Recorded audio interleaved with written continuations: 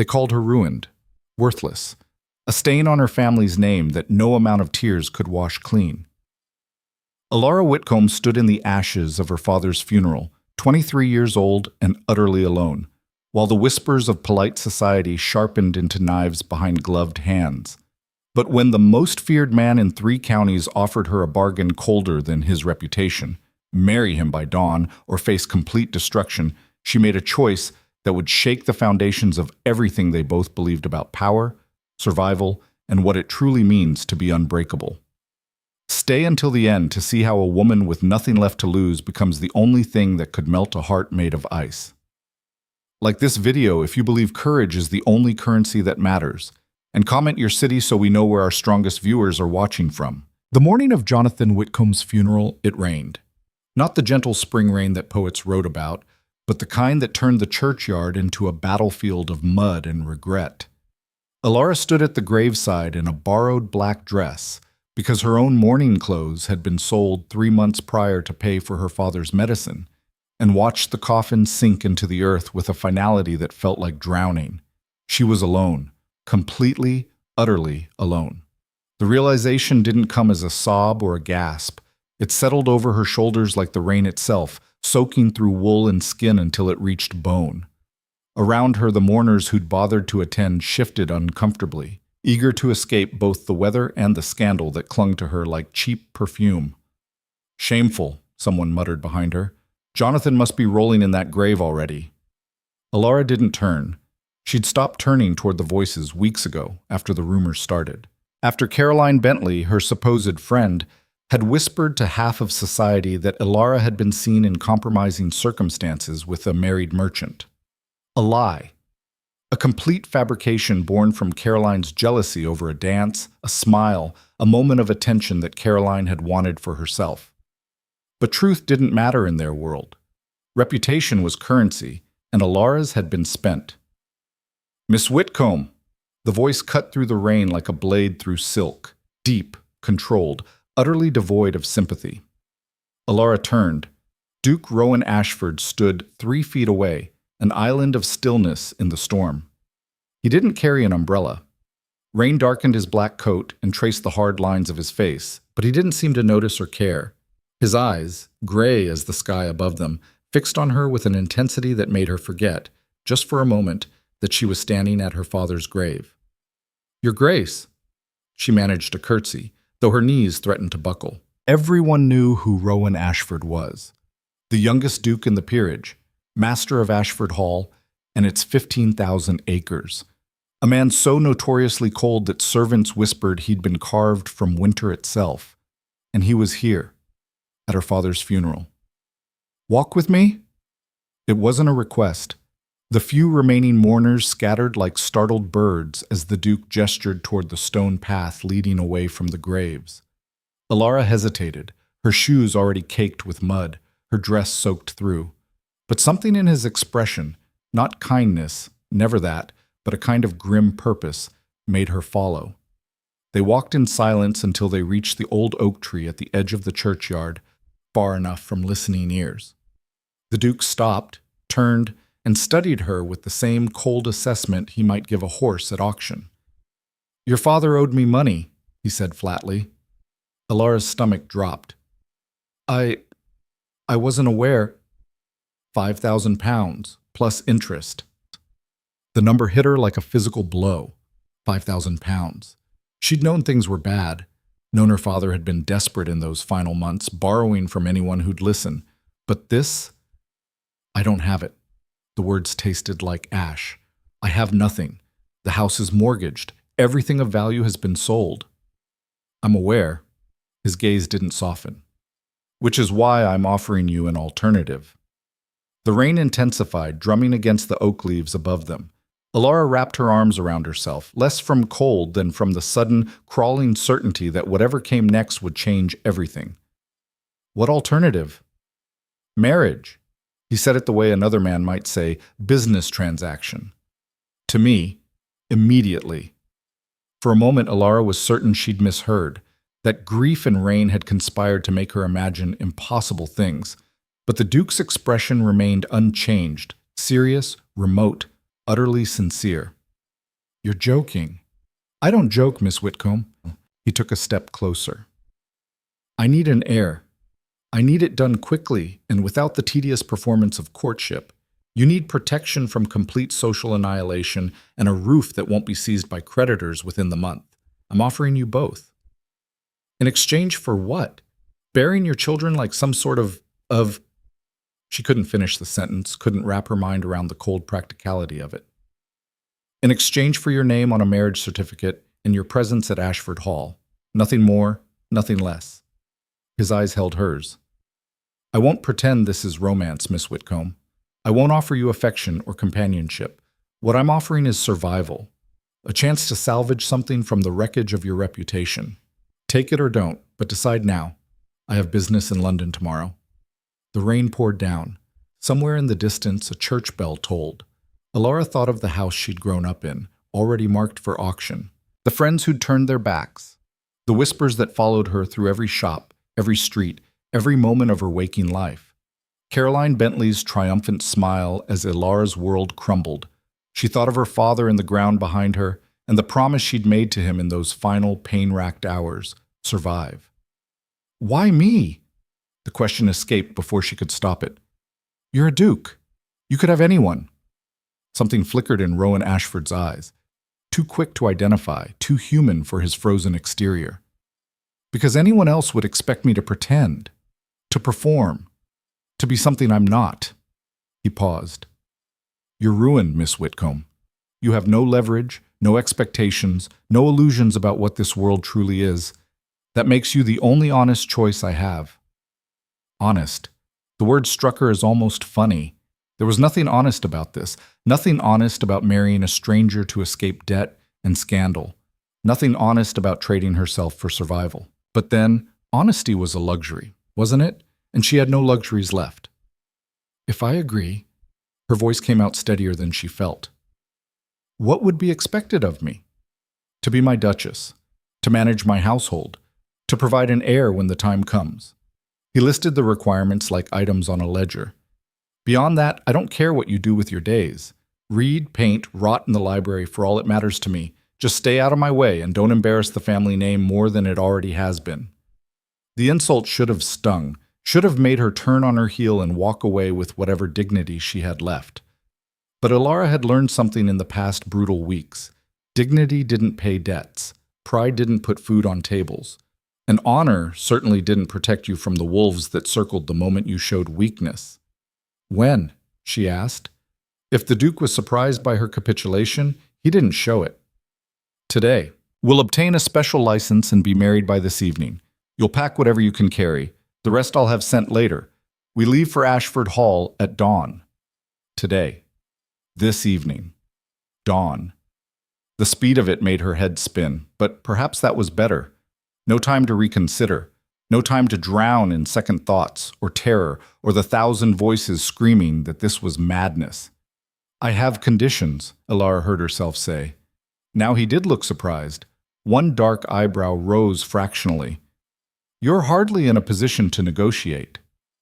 Neither are you, apparently, if you're asking me. She lifted her chin, rain streaming down her face. If I'm to be your duchess, I want my father's name cleared of debt. I want it known that he died with honor, not shame. Done. And I want access to the Ashford Library, full access, not whatever limited selection you'd give a decorative wife. Is that all? Dry as dust, his tone? No. She met his gray eyes directly. I want the truth. Why are you really doing this? Why now? Why so urgently? For a long moment, the Duke said nothing. The rain fell. The wind rustled through the oak leaves. And in the silence, Elara saw something shift behind his carefully controlled expression. A crack in the ice, just wide enough to glimpse the darkness underneath. Because I'm tired, he said finally, quietly. Tired of my father's endless demands for an heir. Tired of social climbers parading their daughters through my home like livestock. Tired of being treated as either a prize to be won or a beast to be tamed. He looked away, jaw tight. You want the truth? I want someone who understands that this is a contract, not a fairy tale. Someone who won't expect me to be less than I am or more than I'm capable of being. That's why. The honesty of it, raw, bitter, utterly exhausted, struck something deep in Elara's chest. Here was a man as trapped as she was, just in a gilded cage instead of a collapsing one. "All right," she said softly. "I'll marry you." He nodded once, sharp and final. "Be at the magistrate's office at 4 o'clock. Don't be late." "I won't." The Duke turned to leave, then paused. Without looking back, he said, "Bring warm clothes. Ashford Hall is cold, and I don't keep it heated for sentiment." Then he walked away, disappearing into the rain like a ghost made of storm and stone. Elara stood alone under the oak tree, listening to the receding sound of his footsteps. Her hands were shaking. Her heart was racing.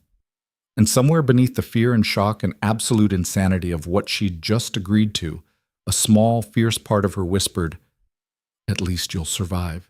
At least you won't disappear without a trace." At 4 o'clock precisely, Elara stood in the magistrate's office wearing the only decent dress she owned, a dark blue wool that had been her mother's, let out at the seams and turned twice to hide the worst of the wear. Her hair was pinned up simply. She carried no flowers, no sentiment, no illusions. The Duke arrived exactly on time, dressed in black superfine that probably cost more than her father's debts combined. He brought a witness, his steward, a thin man named Garrett, who looked at Elara with something close to pity, and a special license bearing the Archbishop's seal. The ceremony took 11 minutes. There was no music, no family. The magistrate spoke the words in a bored monotone, clearly eager to finish his day. When it came time for the vows, Elara's voice came out clear and steady despite the surreal horror of it all. "I, Elara Whitcomb, take thee, Rowan Ashford." The Duke's voice, when he spoke, was winter-made sound, cold, distant, utterly final. "I, Rowan Ashford, take thee, Elara Whitcomb." When the magistrate declared them wed, there was no kiss, no romantic gesture. The Duke simply signed the register with swift, precise strokes, then waited for Elara to do the same. "Elara Ashford," she wrote. The name looked foreign. Impossible. "The carriage is waiting," Rowan said. "We leave now." No celebration, no wedding breakfast, just duty, executed with military efficiency. Outside, a massive black carriage waited, bearing the Ashford crest in gold, a hawk clutching a shield. A footman helped her inside, and she found herself on velvet seats that probably cost more than everything she'd ever owned combined. The Duke settled across from her, already pulling out papers to review, dismissing her presence as completely as if she were a piece of luggage. The carriage lurched forward. Elara pressed her face to the window, watching the only world she'd ever known disappear into the gathering dusk. The church spire, the market square, the house where she'd grown up, already dark and empty. Gone. All of it gone. "Are you going to cry?" She turned to find the Duke watching her over his papers, expression unreadable. "No," Elara said truthfully. She'd cried herself dry weeks ago. "I'm just saying goodbye." "Don't." He returned to his documents. "Sentiment is pointless. That life is finished. Focus on what comes next." "And what comes next, Your Grace?" "Ashford Hall. Duty. Survival." He didn't look up. "The same things that have always come next for people like us." People like us. The phrase sat strange in her mind. Was she like him now? This cold, controlled man who treated marriage the way others treated business arrangements? The carriage rolled north as darkness fell. Inside, silence stretched between them. Not comfortable, but not entirely hostile either. More like two soldiers in a truce, each occupying their own space, each carefully not acknowledging the other. Hours passed. The Duke worked through his papers with mechanical focus. Elara dozed fitfully, exhausted by emotion and upheaval. When she woke, it was full dark outside, and the Duke had finally put his work away, staring instead out the opposite window at nothing. "How far is it?" she asked. "Another 4 hours. We'll arrive near midnight." "Will anyone be there? Waiting?" "The staff. They've been informed of the situation." The situation. What a bloodless way to describe a marriage. "Do they know why?" The question slipped out. "Why you married me? The real reason?"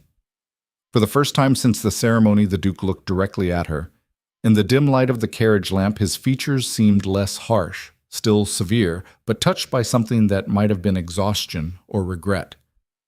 They know what they need to know, that you are the Duchess of Ashford and will be treated as such. He paused. What they think privately is their own concern. They'll think I trapped you, or that you felt sorry for me. Possibly. That doesn't bother you? No? Simple. Direct. Their opinions have no bearing on the arrangement we've made. Elara leaned back against the velvet seat, studying this stranger she'd married. You really don't care what anyone thinks, do you? I stopped caring what people think when I was 14 years old and learned that their opinions are merely weapons they use to control you. His voice remained level, but something cold flickered in his eyes.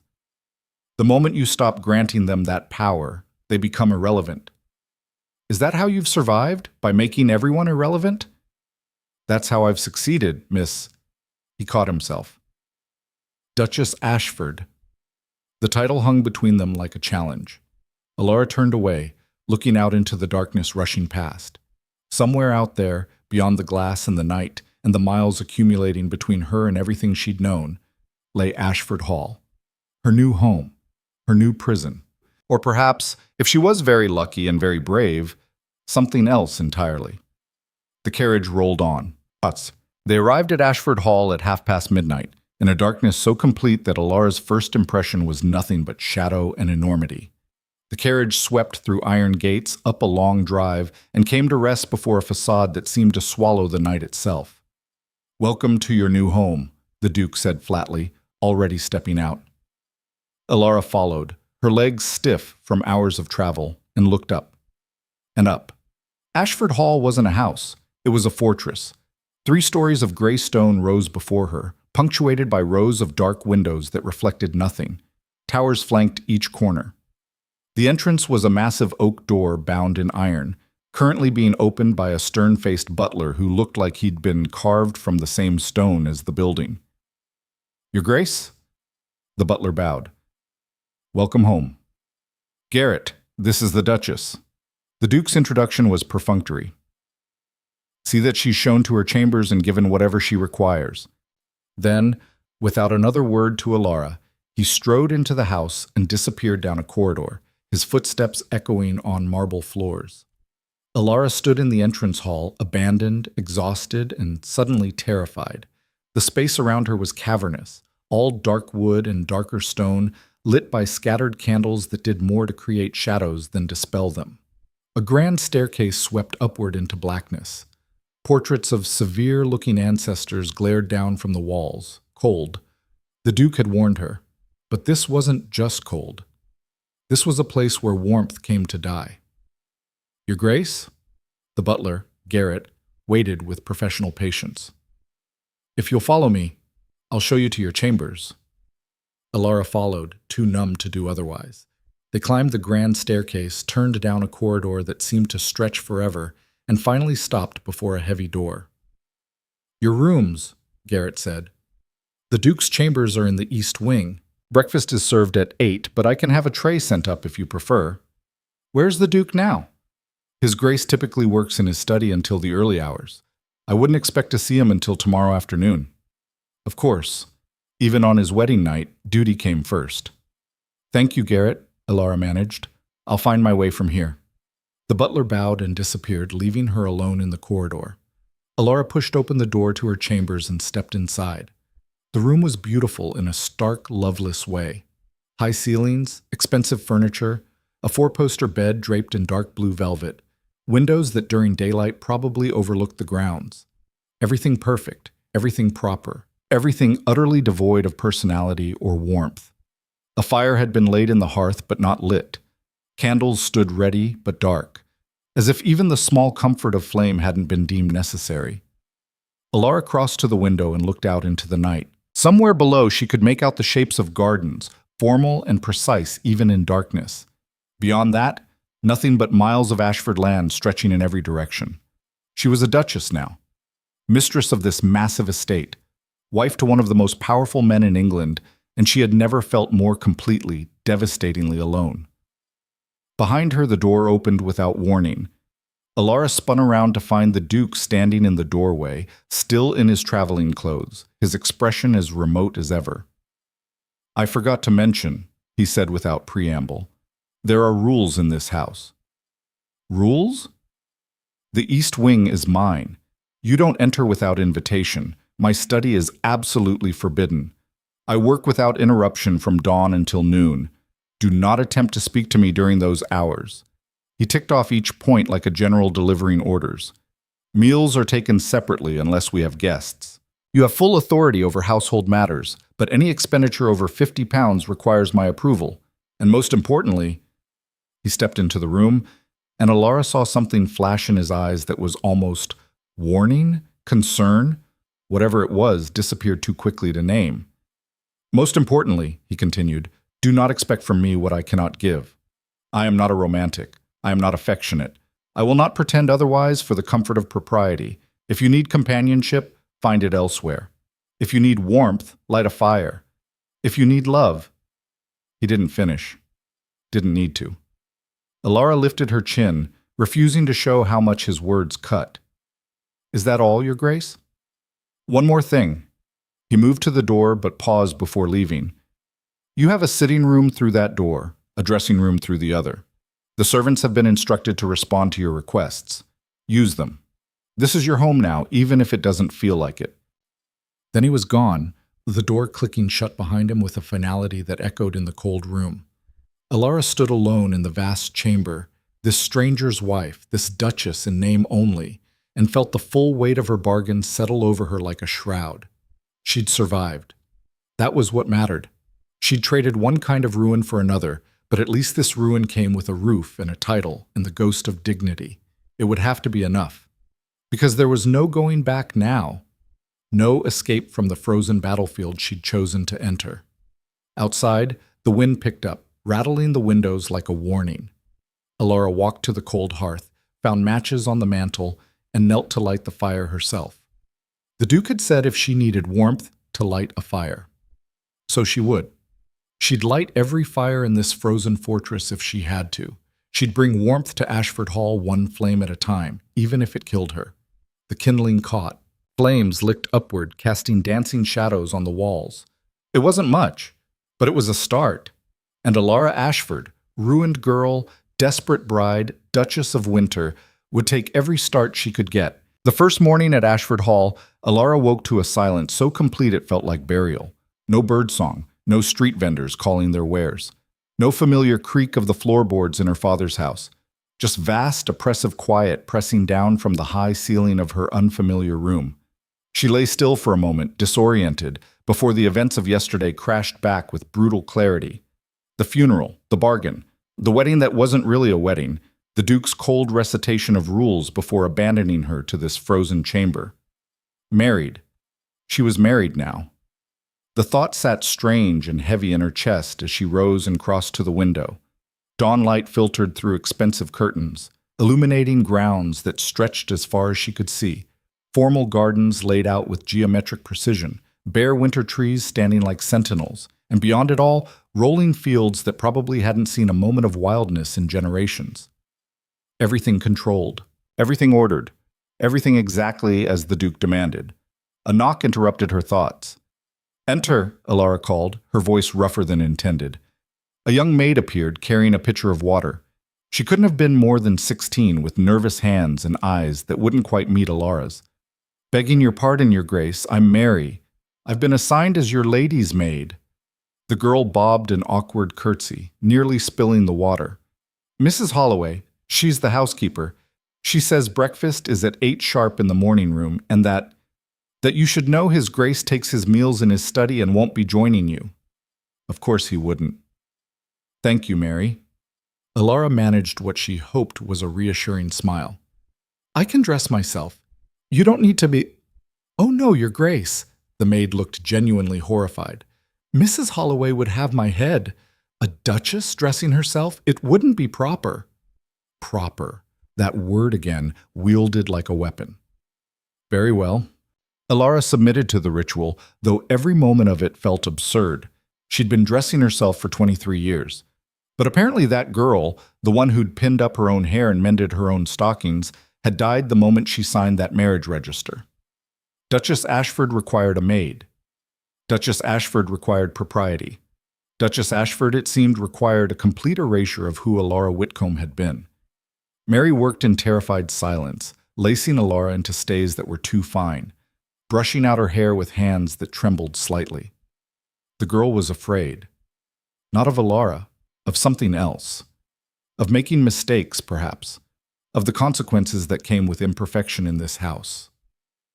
"Mary," Elara said gently, "how long have you worked here?" "3 years, Your Grace, since I was 13. "And do you like it, working at Ashford Hall?" The question seemed to confuse the girl. "Like it, Your Grace?" "Yes. Are you happy here?" Mary's hand stilled in Elara's hair. When she spoke again, her voice was careful, chosen. "It's a good position, Your Grace. Mrs. Holloway runs a proper household. We're fed well and paid on time. His Grace is fair. Fair. Not kind. Not generous. Fair. As if the Duke were a judge dispensing measured justice rather than a man capable of warmth." "I see," Elara said softly. "Thank you, Mary. That will be all." The maid fled with visible relief. Alone again, Elara studied her reflection in the looking-glass. The woman staring back wore a morning dress of deep green wool, one of 3 dresses that had been waiting in her wardrobe, clearly ordered by the Duke in her size. Expensive, proper, completely impersonal. She looked like a duchess. She felt like an imposter. The clock on the mantel chimed the quarter hour. 7:45 sound. 15 minutes until breakfast, which she would apparently be eating alone in a strange room while her husband, worked in isolation behind a door she wasn't permitted to approach. The absurdity of it threatened to choke her, but Elara Ashford had survived worse than absurdity. She'd survived ruin and death and abandonment. She could survive breakfast. She descended the grand staircase with her chin high, following the sounds of clinking silver to a room she assumed was the morning room. A footman stood at attention outside, his face carefully blank. "Your Grace." He opened the door. The morning room was smaller than she'd expected, but no warmer. Windows lined one wall, looking out over those rigid gardens. A table set for one sat in the center, laden with enough food for 4 people. Silver gleamed. Crystal caught the light. Everything perfect, everything precise, everything utterly soulless. "Good morning, Your Grace." Elara turned to find a woman in her 50s standing in the doorway, tall, iron-gray hair pulled back severely, dressed in black bombazine that marked her as the housekeeper. Her eyes swept over Elara with the kind of assessment usually reserved for livestock at market. "Mrs. Holloway, I assume?" "Yes, Your Grace." The housekeeper's tone was professionally neutral, but something cold flickered in her gaze. "I trust Mary attended you properly?" "She was very helpful, thank you. I've managed Ashford Hall for 23 years, Your Grace. If you have any questions about the household, you need only ask." A pause, weighted with meaning. "His Grace has left instructions that you are to have full authority over domestic matters. Within reason, of course." Within reason. Another careful phrase, another invisible boundary. "Of course," Elara echoed. "Tell me, Mrs. Holloway, how many staff does Ashford Hall employ?" 43, Your Grace. Indoor and outdoor combined. 43 people, all moving through this vast house like ghosts, all serving a duke who locked himself away from dawn until noon, all maintaining a level of perfection that felt less like pride and more like fear. "And they all answer to you?" Something sharp crossed the housekeeper's face. "I manage the household staff, yes. Garrett oversees the outdoor staff and serves as His Grace's steward. We coordinate on matters requiring both domains." "I see," Elara gestured to the excessive spread of food. "This seems elaborate for one person. His Grace insists on maintaining standards, Your Grace, even when dining alone. Standards, control, perfection maintained at all costs, even when no one was watching." Elara sat, dismissed Mrs. Holloway with a nod, and stared at the breakfast she couldn't possibly eat. Somewhere in the East Wing, her husband was probably working through correspondence with the same cold efficiency he brought to everything else. Not thinking of her, of not wondering if she was settling in. Not caring, because caring wasn't part of their bargain. She picked at toast she didn't want and wondered, not for the first time, if she'd traded one kind of prison for another. The morning crawled past. After breakfast, Elara wandered the public rooms of Ashford Hall, trying to map the geography of her new cage. The drawing room, all stiff furniture and disapproving portraits. The music room, housing a pianoforte that looked like it hadn't been touched in years. The portrait gallery, where generations of Ashfords glared down with the same cold gray eyes as the current Duke. Every room was immaculate, every surface gleamed, and every single space felt utterly, devastatingly empty of life. She found the library by accident, following a corridor that seemed less traveled than the others. The door stood slightly ajar, and when she pushed it open, Elara actually gasped. Books. Thousands of them, lining walls that stretched up 2 full stories. A spiral staircase led to a second-level gallery. Windows let in pale winter light, and in the center, a massive desk piled with papers, ledgers, and what looked like agricultural reports. The Duke's study. The forbidden room. Elara's hand was still on the door handle when a voice cut through the silence like a whip crack. I believe I was clear about the rules. She spun around to find the Duke standing 10 feet away, his expression thunderous. He must have approached silently. She hadn't heard a single footstep. I didn't realize the door was open. The door is always open. I don't tolerate locked doors in my own house. He moved past her into the study, each movement controlled fury. But open doesn't mean enter. I thought I made that clear last night. You did. Elara's own temper, dormant since yesterday's numbness, suddenly flared to life. You made many things clear, Your Grace. That you don't want a wife, you want a silent ornament. That I'm to exist in this mausoleum without bothering you or expecting anything resembling human interaction. That I should be grateful for the privilege of being ignored in luxury rather than starving in poverty. The Duke went very still. When he spoke, his voice was dangerously quiet. Would you prefer poverty? I'd prefer honesty. You told me this was survival, but you didn't mention it would feel like slow suffocation. You didn't mention that every person in this house would look at me like I'm either a threat or a mistake. She took a step toward him, past caring about consequences. You wanted someone who wouldn't expect you to pretend? Fine. Then stop expecting me to pretend this is normal. Stop expecting me to smile and nod and disappear into the walls while I what? He closed the distance between them in 2 strides. While I work to maintain the estate that feeds those 43 staff members and the 200 tenant families depending on this land, while I manage the responsibilities you clearly don't understand? I understand more than you think, Elara shot back. I understand that you're hiding.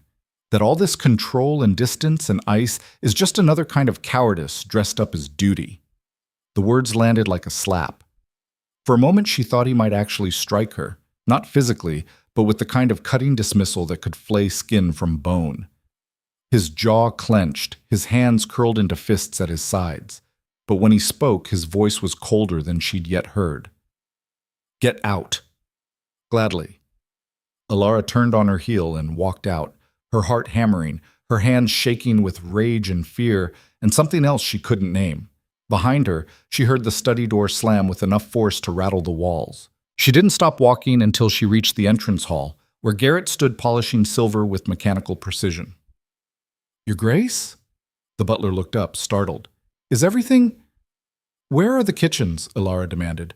The kitchens, Your Grace?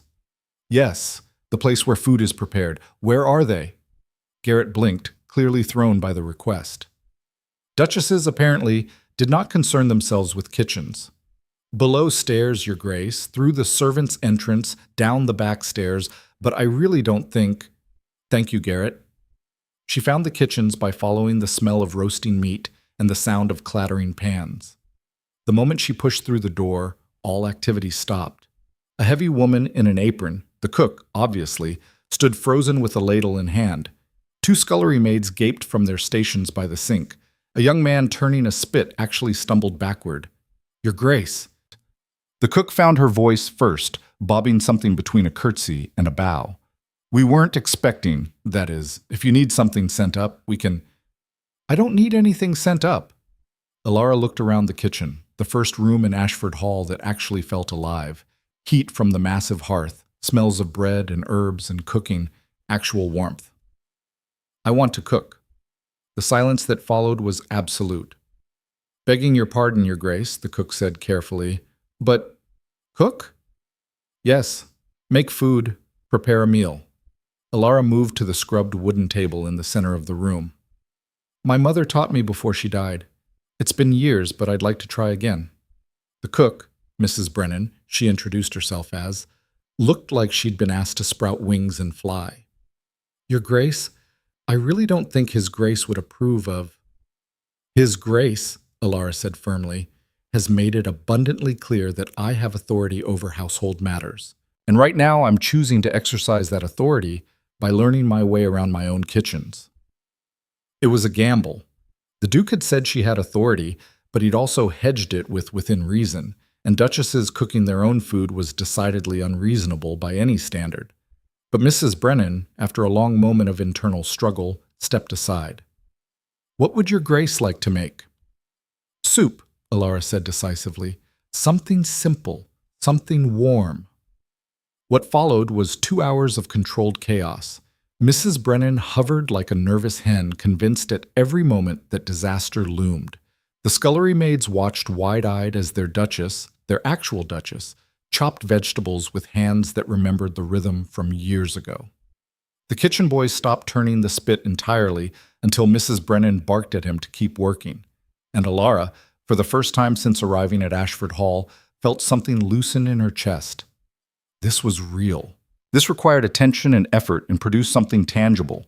Not performance, not propriety, not the careful navigation of invisible rules, just the simple, honest work of turning raw ingredients into food.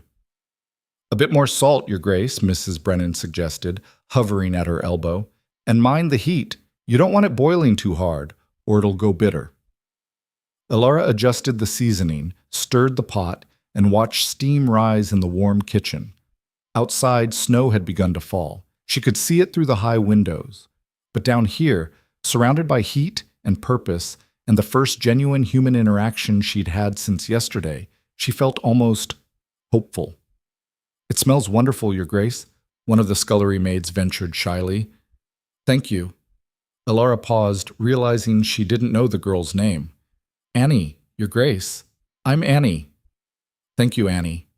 Elara smiled. "Would you like to taste it?" The girl looked to Mrs. Brennan, who nodded permission. Annie dipped a spoon into the pot, tasted, and her face lit up with genuine pleasure. "It's good. Really good." The simple praise hit Elara harder than she'd expected. When was the last time someone had reacted to her with unguarded warmth? When was the last time she'd done something that mattered, even in a small way? "Your Grace?" Elara turned to find Mary standing in the kitchen doorway, looking scandalized. "Mrs. Holloway sent me to find you. It's nearly time for luncheon, and she was worried." The maid's eyes widened as she took in the scene. "You're cooking?" "I was just learning the kitchen," Elara said mildly. "Tell Mrs. Holloway I'll be up shortly." Mary fled. Elara could practically hear the gossip spreading through the house. The new duchess was in the kitchens, actually cooking, like a common servant. Let them talk. Let them whisper. What else could they take from her? She'd already lost everything that mattered. "Mrs.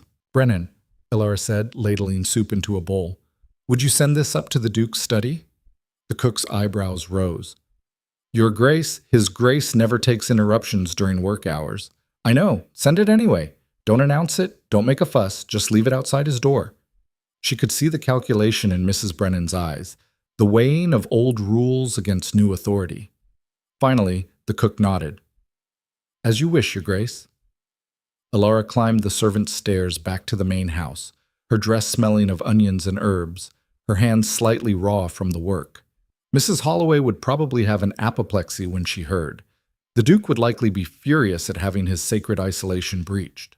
But for the first time since arriving at this frozen fortress, Elara had done something that felt like choice rather than surrender. She found luncheon waiting in the morning room, another elaborate spread for one. But this time, Elara ate with better appetite. fueled by small rebellion and the warmth still radiating from the kitchens below. The afternoon passed in wandering. She explored the conservatory, abandoned and cold, with dead plants in dusty pots. She discovered a morning room that hadn't been used in years, its furniture covered in sheets. She found evidence everywhere of a house that had once perhaps been alive, but had long since been buried under the weight of the Duke's rigid control. Everywhere she looked, she saw potential suffocated by precision. Dinner was another solitary affair. The Duke apparently was still locked in his study. Mrs. Holloway informed her, with barely concealed disapproval, that His Grace often worked through dinner when occupied with estate business. "Does he eat at all?" Elara asked. "Garrett brings him a tray, Your Grace. His Grace is quite capable of managing his own needs." The dismissal was clear. Don't concern yourself with the Duke. Stay in your lane. Accept the boundaries. But Elara had never been good at accepting boundaries, even when they were meant for her protection. That night, she lay awake in her too-large bed, listening to the house settle around her. Somewhere in the East Wing, the Duke was probably still working, still maintaining the iron control that defined every aspect of his existence. Did he ever stop? Ever rest? Ever allow himself a moment of warmth or softness or ordinary human weakness? Or had he truly become what he appeared? A man carved from winter, incapable of thaw. The questions haunted her into restless sleep. The next morning began exactly like the first. Mary arrived with water. Breakfast waited in solitary splendor. The Duke remained invisible behind his study door, but this time Elara had a plan. After breakfast, she returned to the kitchens. Mrs. Brennan looked up from her dough with resignation. "Your Grace." "I'd like to make bread today," Elara announced, "if you'll teach me." What followed became routine. Every morning after breakfast, Elara descended to the kitchens. Sometimes she cooked, sometimes she simply watched and learned. Mrs. Brennan's initial horror gradually transformed into something like grudging acceptance, then, slowly, respect. "You've got good hands for this, Your Grace," the cook admitted one afternoon, watching Elara knead dough. "Gentle but firm, that's what bread needs." The kitchen staff grew accustomed to her presence. Annie started chatting freely about her family and the village. The kitchen boy, Thomas, stopped gaping and actually smiled when she praised his fire management. Even Mrs. Brennan began offering advice without the careful hedging of those first days. It was a small rebellion, a quiet one. But in a house ruled by rigid hierarchy, the Duchess working alongside servants was nothing short of revolutionary. Mrs. Holloway, of course, was appalled. "It's not proper, Your Grace," the housekeeper said stiffly when she finally confronted Elara. "A duchess in the kitchens, getting her hands dirty like a common. It reflects poorly on the household, on His Grace." "Does it?" Elara met her gaze steadily. "Or does it simply offend your sense of how things should be done?" "Your Grace, I've managed this household for 23 years. "Yes, you've mentioned that." Elara softened her tone slightly. "Mrs. Holloway, I'm not trying to undermine your authority. I'm simply trying to find my place in this house, and right now the kitchens are where I feel most useful." The housekeeper's expression remained stony. "If His Grace hears of this, then he can tell me himself to stop." Elara smiled thinly. "But he won't, will he? Because that would require actually speaking to me, and we both know he's quite committed to avoiding that particular inconvenience." It was cruel, perhaps, but it was also true. A week had passed since their confrontation in the study, and the Duke had not said a single word to her. They existed as ghosts in the same house, each carefully avoiding the other's orbit. Mrs. Holloway's lips pressed into a thin line, but she said nothing more. The rebellion spread in other small ways. Elara began opening curtains in the unused rooms, letting light into spaces that had been dark for years. She ordered fires lit in the conservatory and spent an afternoon clearing away dead plants, imagining what might grow there come spring. She found the music room again and sat at the pianoforte, running her fingers over keys that hadn't been touched in who knew how long. She wasn't skilled. Her mother had taught her only the basics before dying. But the sound of music in that silent house felt like a small victory. Each act of warmth, each small choice, felt like pushing back against the ice that had claimed Ashford Hall. But the Duke remained unreachable, remote, a frozen sovereign in his frozen kingdom. Until the afternoon, she heard shouting from the entrance hall.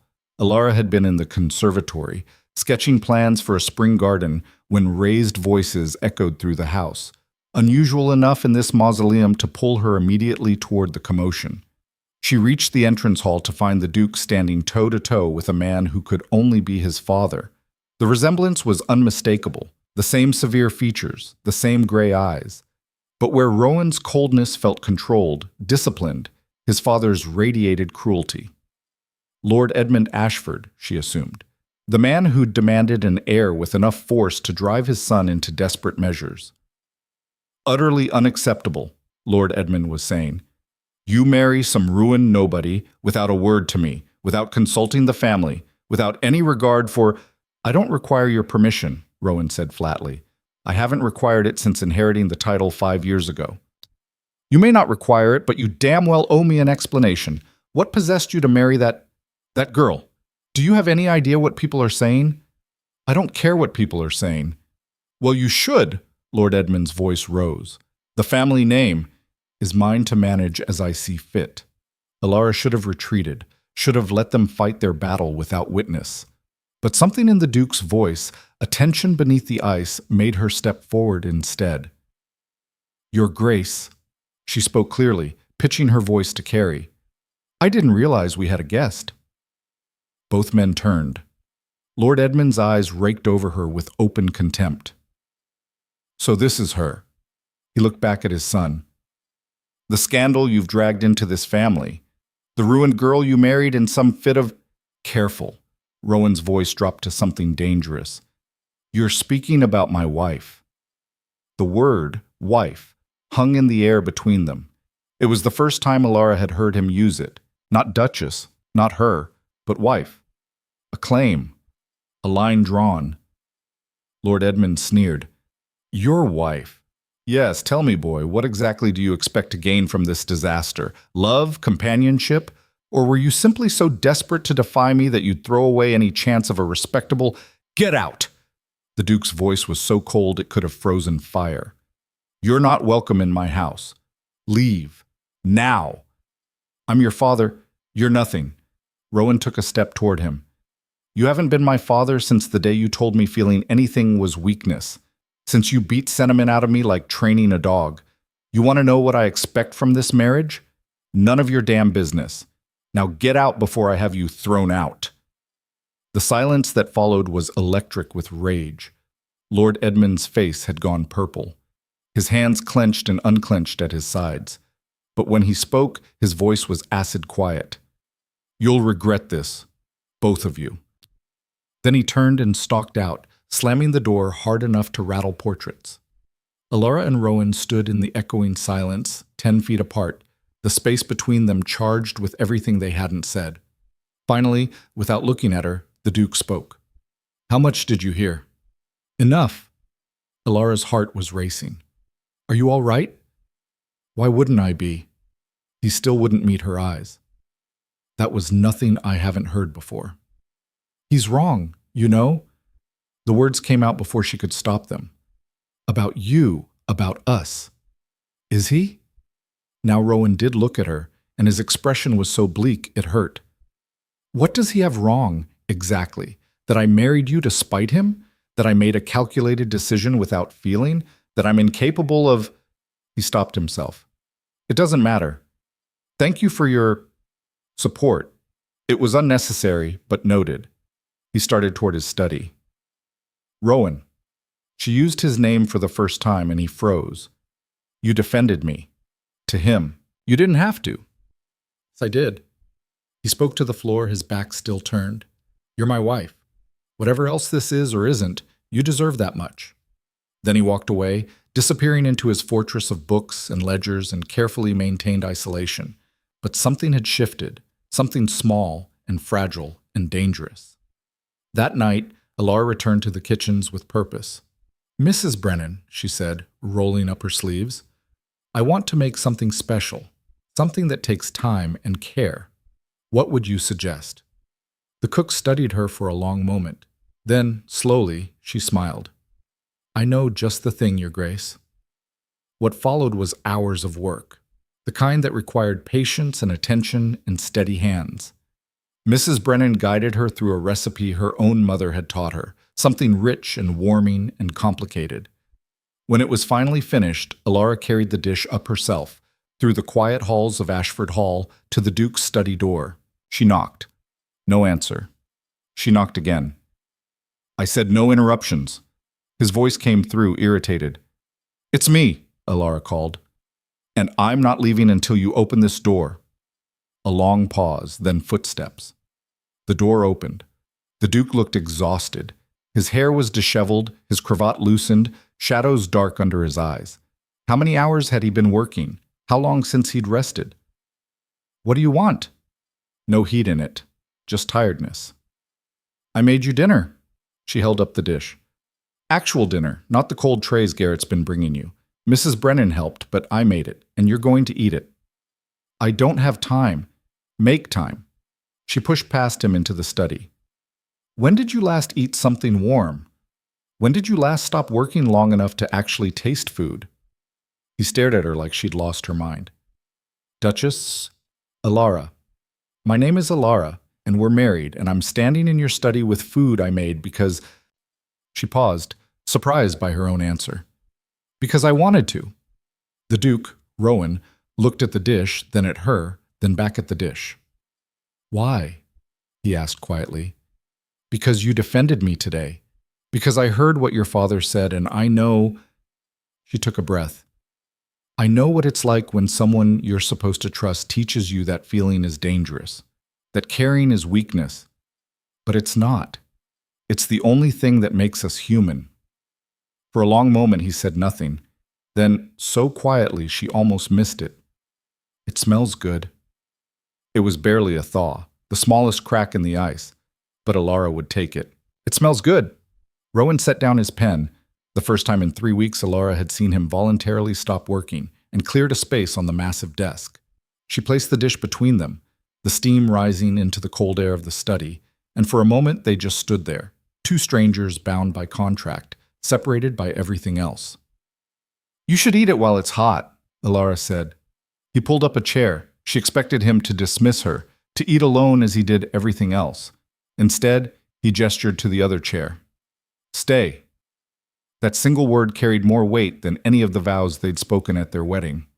Elara sat, watching as he took the first bite. His expression didn't change. The Duke never gave anything away, but he took another bite. Then another. When did you learn to cook? He asked finally. My mother taught me. Before she died, when I was 12. The memory came easier than expected. We couldn't always afford servants, so she said it was practical, but I think she just liked it, creating something from nothing. And you kept doing it? Even after we could afford not to, yes. Elara leaned back in the chair. My father thought it was beneath me. Said a gentleman's daughter shouldn't smell like onions and sage. But I kept sneaking down to the kitchens anyway. Rowan ate in silence for a moment. My mother used to paint, he said abruptly. Watercolors. She had a studio in the South Tower and she'd spend hours up there making these delicate little landscapes. His jaw tightened. My father had it cleared out 3 days after she died. Said it was pointless sentiment, keeping a dead woman's hobby on display. The bitterness in his voice was so raw it hurt to hear. How old were you? 14. He set down his fork. Old enough to understand that feeling things was dangerous, that caring about anything gave it power over you. That's not strength, Elara said quietly. That's just survival. There's a difference. Is there? His gray eyes met hers. You survived scandal and ruin by marrying a man you barely know. I survived my father's cruelty by becoming exactly what he tried to make me. We're both just doing whatever it takes to keep breathing. Maybe. She reached across the desk, her hand stopping just short of his. But breathing isn't the same as living. For a long moment, Rowan stared at her hand, so close to touching him, but not quite. The distance between them felt vast and fragile all at once. Then he stood abruptly. Thank you for the meal. It was good, but I have work to finish. The dismissal stung, but Elara had expected it. You didn't crack ice in a single evening. You chipped away at it, patient and persistent, until something finally gave. She left without argument, but as she reached the door, his voice stopped her. Elara. She turned. The soup you sent last week. He wasn't looking at her, his gaze fixed on the papers in front of him. It helped. When I was too tired to think about eating, it helped. It wasn't much, but it was something. The next 3 weeks passed in a strange, careful dance. Elara continued her kitchen work, bringing warmth and life to the lower levels of Ashford Hall. Rowan remained locked in his study most days, emerging only for the occasional meal or estate business that required his physical presence. But slowly, so slowly she almost didn't notice, the walls between them began to shift. He started eating the dinners she brought to his study. Not every night, but often enough that she made it routine. Sometimes he'd work while eating, barely acknowledging her presence. Other times he'd stop, and they'd talk. Brief conversations about nothing important, the weather, the estate, a book one of them had read. Never anything personal, never anything that might threaten the careful neutrality they maintained. Until the night the storm came. It started as freezing rain around dusk, then shifted to sleet that clattered against the windows like thrown stones. By the time Elara finished in the kitchens and climbed to the main floor, the wind was howling with enough force to rattle the massive oak doors. Worst storm in 20 years, Garrett said, securing the shutters in the entrance hall. The road to the village will be impassable by morning. Elara thought nothing of it until Mary appeared, white-faced and shaking. Your Grace, there's a rider at the door. From Millbrook, that's the tenant village 5 miles east. He says... The maid swallowed hard. He says there's fever spreading through the houses there. Children sick. They need the doctor, but he's away in London. And the storm. Where's the Duke? Elara demanded. In his study, Your Grace, but... Elara was already moving, propriety forgotten. She burst into the study without knocking to find Rowan bent over a ledger, his concentration absolute. There's fever in Millbrook, she said without preamble. Children are sick. They need help. Rowan looked up, his expression shifting from irritation at the interruption to sharp attention. How bad? Bad enough they sent a rider through this storm. He was on his feet immediately, calling for Garrett, issuing orders with the precision of a military commander. Within minutes, the entrance hall was organized chaos, supplies being gathered, messages being sent, horses being prepared despite the brutal weather. I'm going, Rowan announced, pulling on a heavy coat. In this? Elara stared at him. You'll freeze before you get halfway there. Then I'll freeze. Those are my tenants. My responsibility. He turned to Garrett. Send riders to the other villages. If this fever spreads, I'm coming with you. Elara's voice cut through the commotion. Everyone stopped. Garrett looked horrified. Mrs. Holloway, who'd appeared in the doorway, actually gasped, and Rowan stared at her like she'd suggested flying to the moon. Absolutely not. You need someone who knows basic nursing, who can help with the children while you organize everything else. Elara crossed her arms. I'm not useless, Rowan. I've tended sick family before. I can help. You could die. Blunt, factual, terrified underneath. Fever like this? In winter. With children already weakening? It's dangerous. You don't understand what you're... I understand perfectly. She stepped closer, lowering her voice so only he could hear. I understand that people are suffering, that children need help. And I understand that you're going to ride into that storm whether I come or not. So you might as well have another pair of hands. The Duke's jaw clenched. For a moment she thought he'd simply refuse, exercise his authority as husband and Duke and forbid her from going. Instead he turned to Garrett. Get her warm clothing, riding gear, not those damn useless dresses, and a horse that won't throw her. The ride to Millbrook was hell. Wind tore at them with claws of ice. Sleet stung any exposed skin. The horses struggled through drifts that grew deeper with each mile. Twice, Elara thought her mount would simply give up and refuse to go further. But Rowan rode ahead like vengeance itself, relentless and focused, and she refused to be the weak link that slowed them down. They reached Millbrook near midnight to find the small tenant village in crisis. Fever had struck hard and fast. 16 families affected, at least a dozen children burning with temperatures that made Elara's heart sink. The village headman, a weathered farmer named Thomas Garrett, no relation to the steward, met them with desperate relief. Your Grace, thank the heavens. We didn't know what else to do. The fever came on 3 days ago, and it's spreading. The children are worst. Little Emma Thatcher isn't waking up properly, and the Brennan twins are barely hanging on. Show me, Rowan commanded. What followed was a night that blurred into nightmare. Elara moved from house to house, doing what she could, cooling fevered brows, coaxing water and broth into cracked lips, holding children who cried for their mothers, while those mothers collapsed from exhaustion. Rowan was everywhere at once, organizing supplies, sending riders to neighboring estates for medicine, carrying water, wood, whatever was needed. The cold, distant Duke disappeared entirely, replaced by a man who worked until his hands were raw and his voice was hoarse from giving instructions. Around 3 a.m, Elara found herself in the Thatcher house, kneeling beside a cot where 5-year-old Emma lay frighteningly still. The girl's mother sat against the wall, tears streaming down her face. "She's dying, isn't she?" Mrs. Thatcher whispered. "My baby's dying." No. Elara spoke with more confidence than she felt. "She's fighting. We just have to help her fight harder." She worked through the night, changing cold compresses, trying every remedy she remembered from nursing her father. Emma's breathing remained shallow, her skin burning to the touch. Rowan appeared in the doorway around dawn, looking half dead himself. "How is she?" "Holding on, barely." He crossed to the cot, looked down at the tiny girl, and something in his expression cracked. For just a moment, the ice melted completely, revealing raw grief underneath. "My sister was this age when she died," he said quietly. "Fever took her. My father wouldn't let anyone grieve. Said it was weakness, that we needed to move forward. I was 9 years old, and I wasn't allowed to cry at her funeral." Elara's throat tightened. "What was her name?" "Catherine." He knelt beside the cot. "She liked to collect flowers. Used to make these crooked little bouquets and leave them on everyone's pillow." The grief in his voice was so profound that Elara reached out and took his hand. He didn't pull away.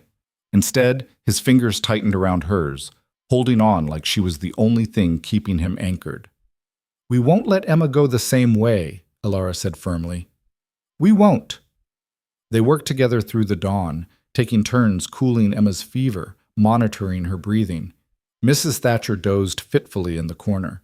Outside, the storm finally began to ease, and around mid-morning, Emma's eyes fluttered open. "Mama?" Her voice was thread-thin but conscious.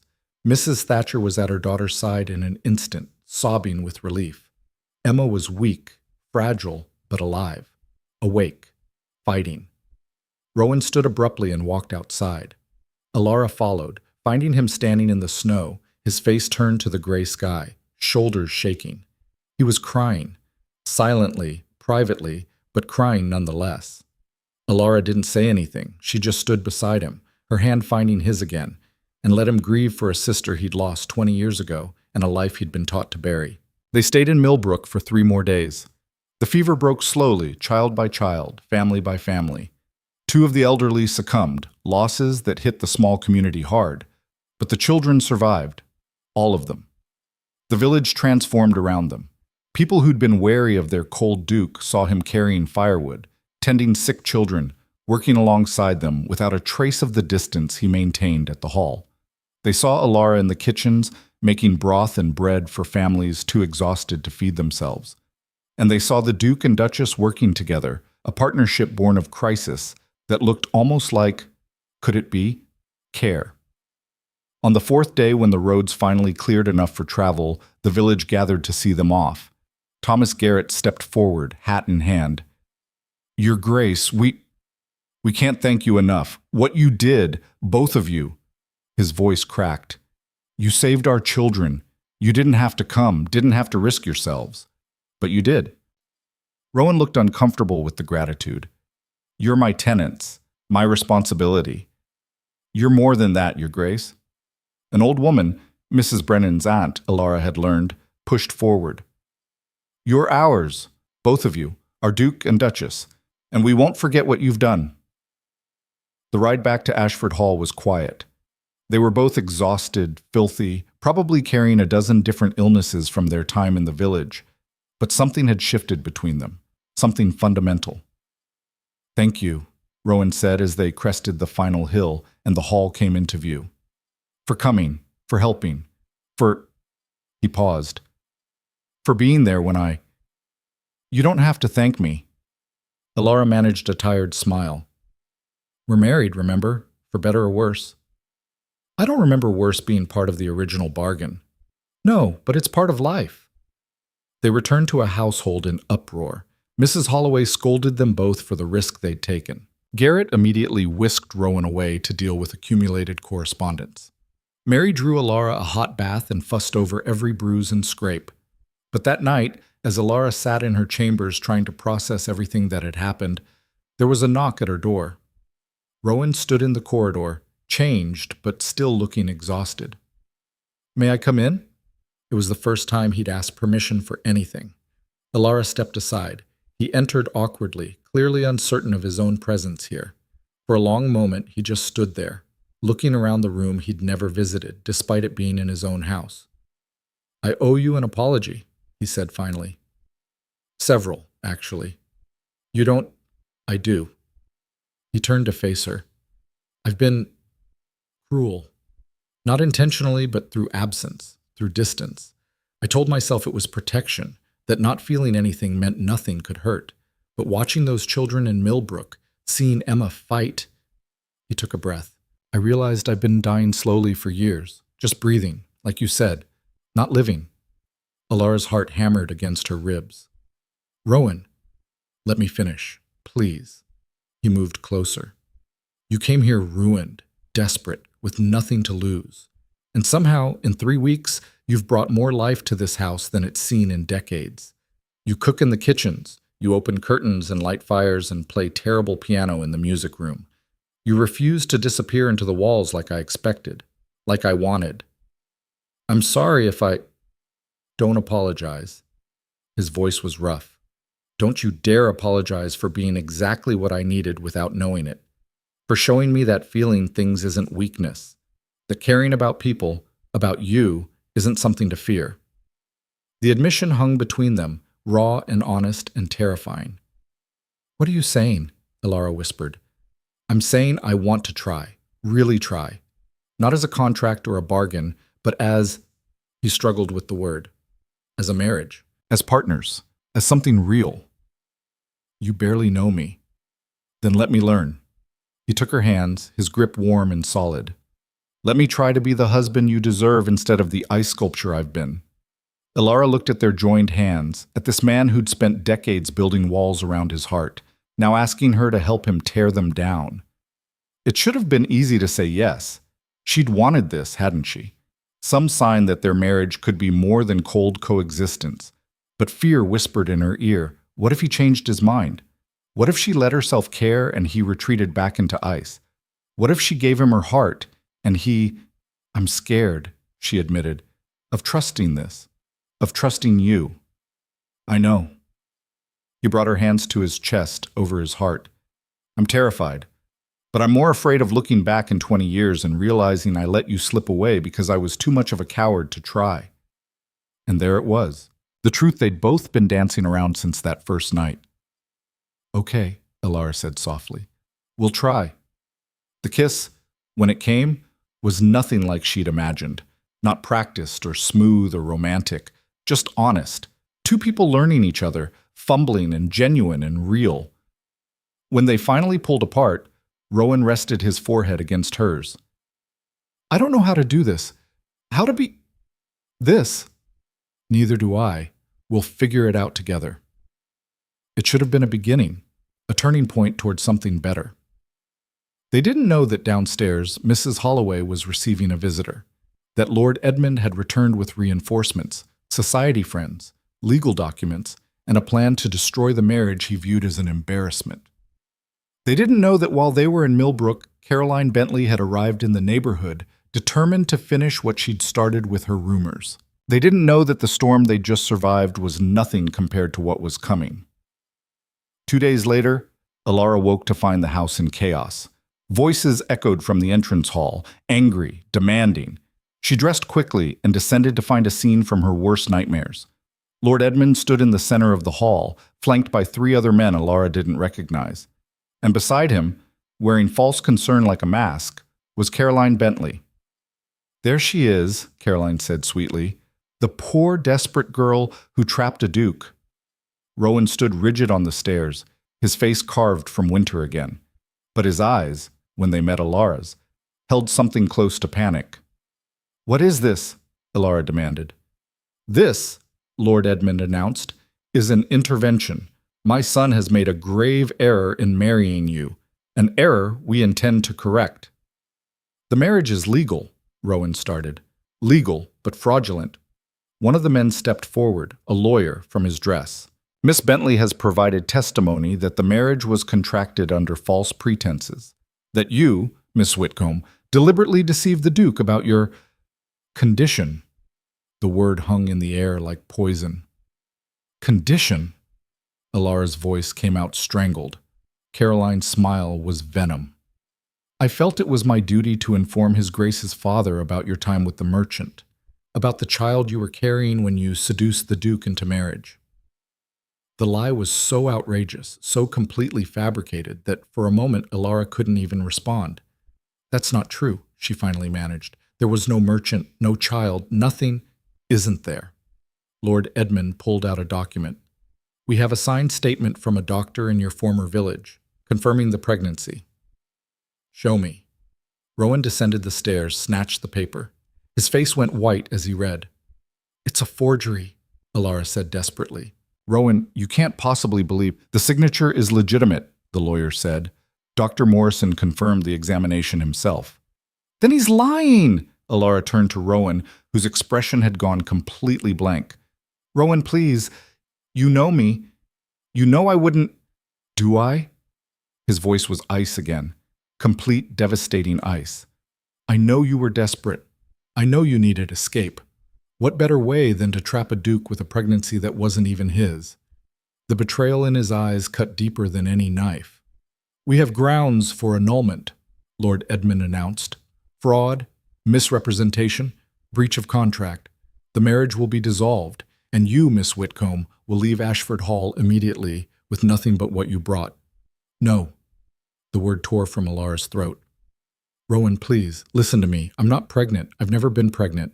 This is all lies. Caroline is lying because she hates me. Your father is lying because he wants control. And whoever this doctor is, he's been paid to—" "Enough." Rowan's voice was final, dead. "I've heard enough." He turned to his father.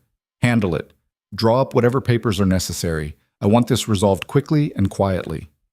Then he walked away, up the stairs, back to his study, leaving Elara standing in the ruins of everything she'd thought they were building.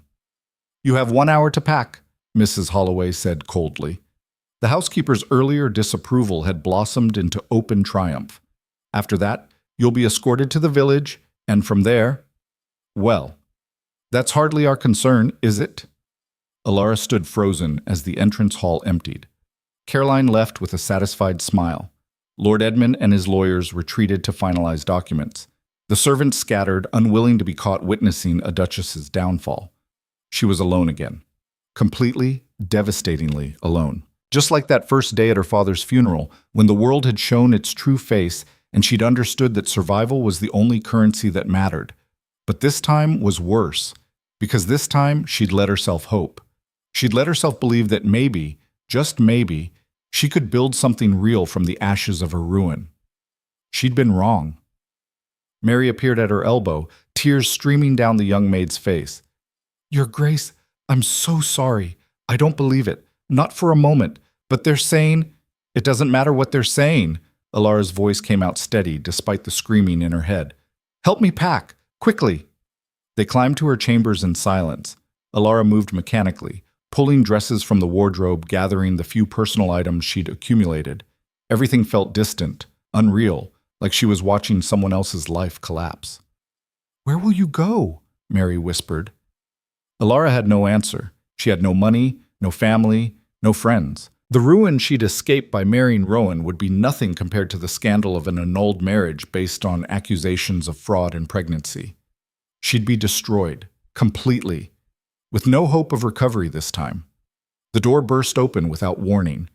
Rowan stood there, his hair wild, his cravat askew, a piece of paper clutched in his shaking hand. "Stop packing," he said hoarsely. Elara stared at him. "What?" "Stop. Packing." He crossed the room in 3 strides. "I went to my study to think, to clear my head before I did something I'd regret. And I found this on my desk. It must have been delivered while we were in Millbrook." He thrust the paper at her. Elara took it with numb fingers. It was a letter from Dr. Morrison, the real Dr. Morrison, dated 2 weeks ago.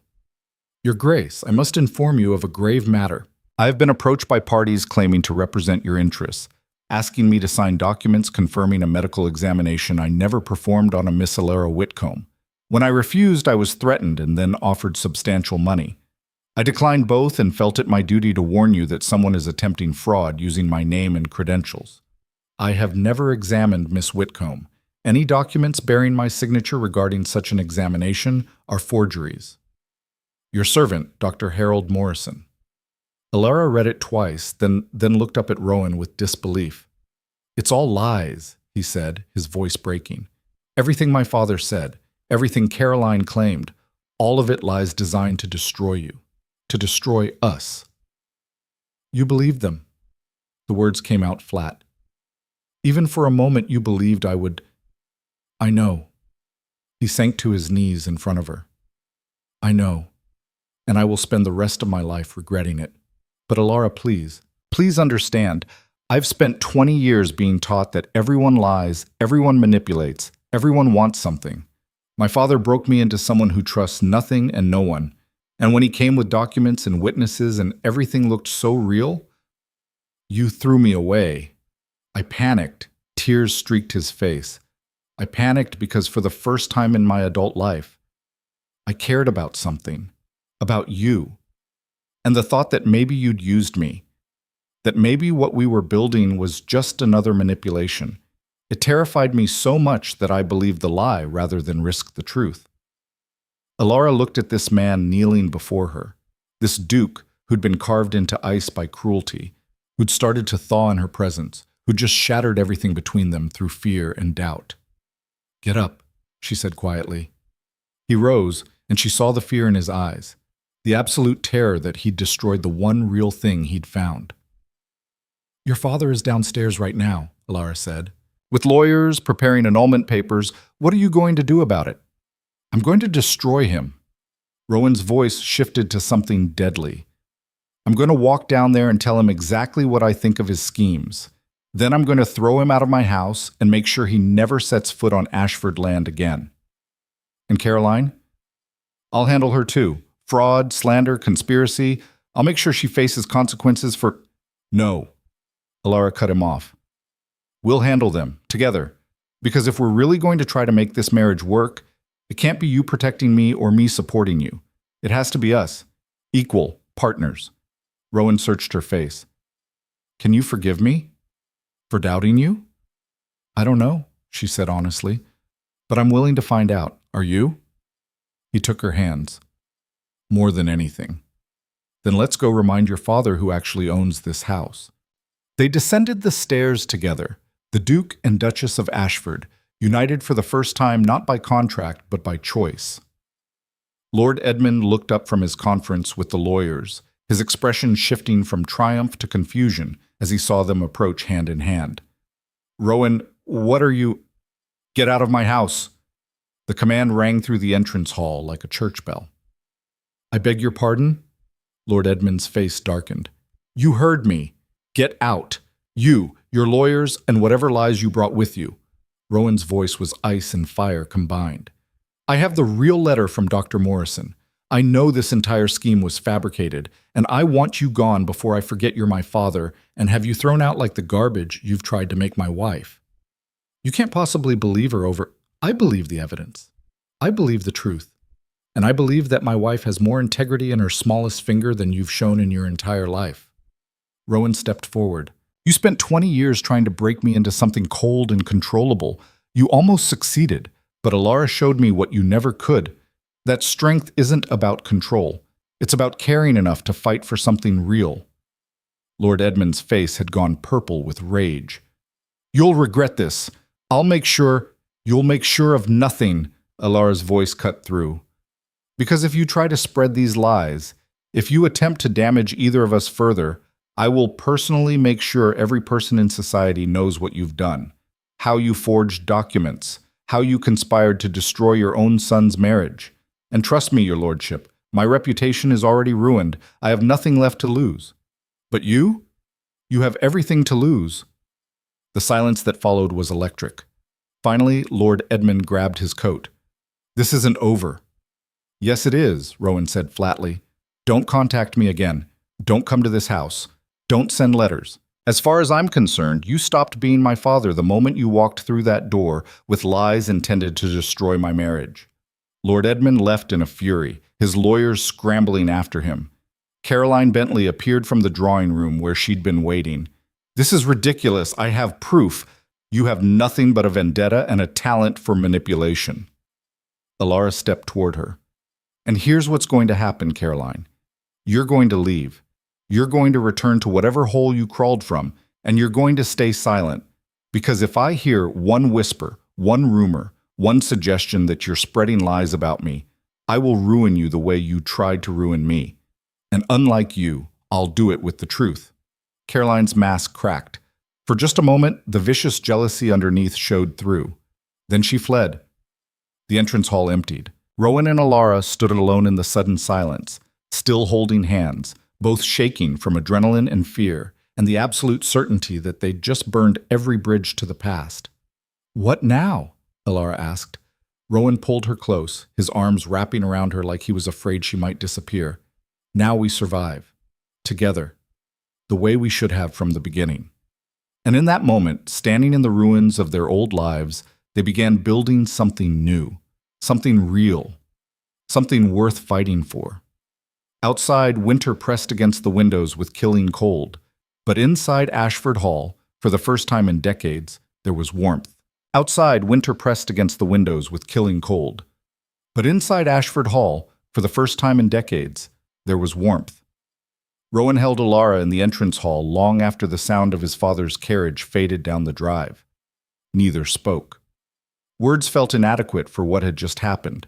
The betrayal, the revelation, the choice they'd made to stand together against everything trying to tear them apart. Finally, Elara pulled back enough to see his face. Your hands are shaking.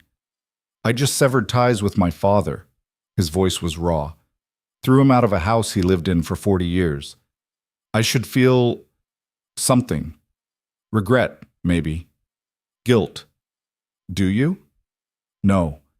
The admission seemed to surprise him. I feel relieved, like I've been carrying something heavy for so long I forgot what it was like to breathe without the weight.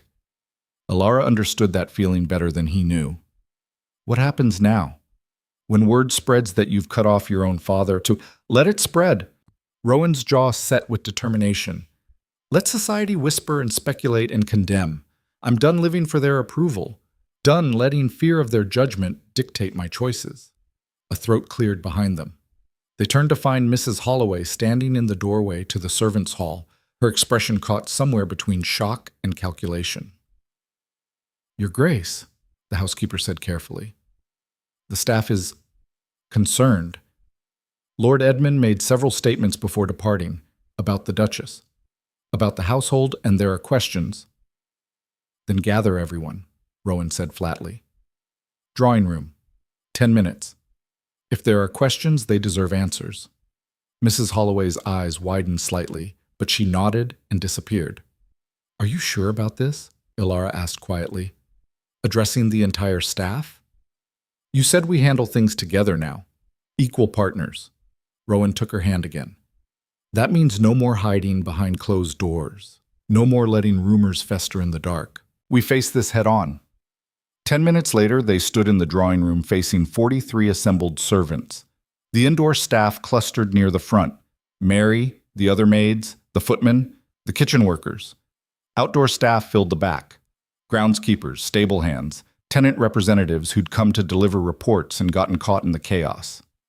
Every eye was fixed on them with a mixture of curiosity, concern, and carefully hidden judgment.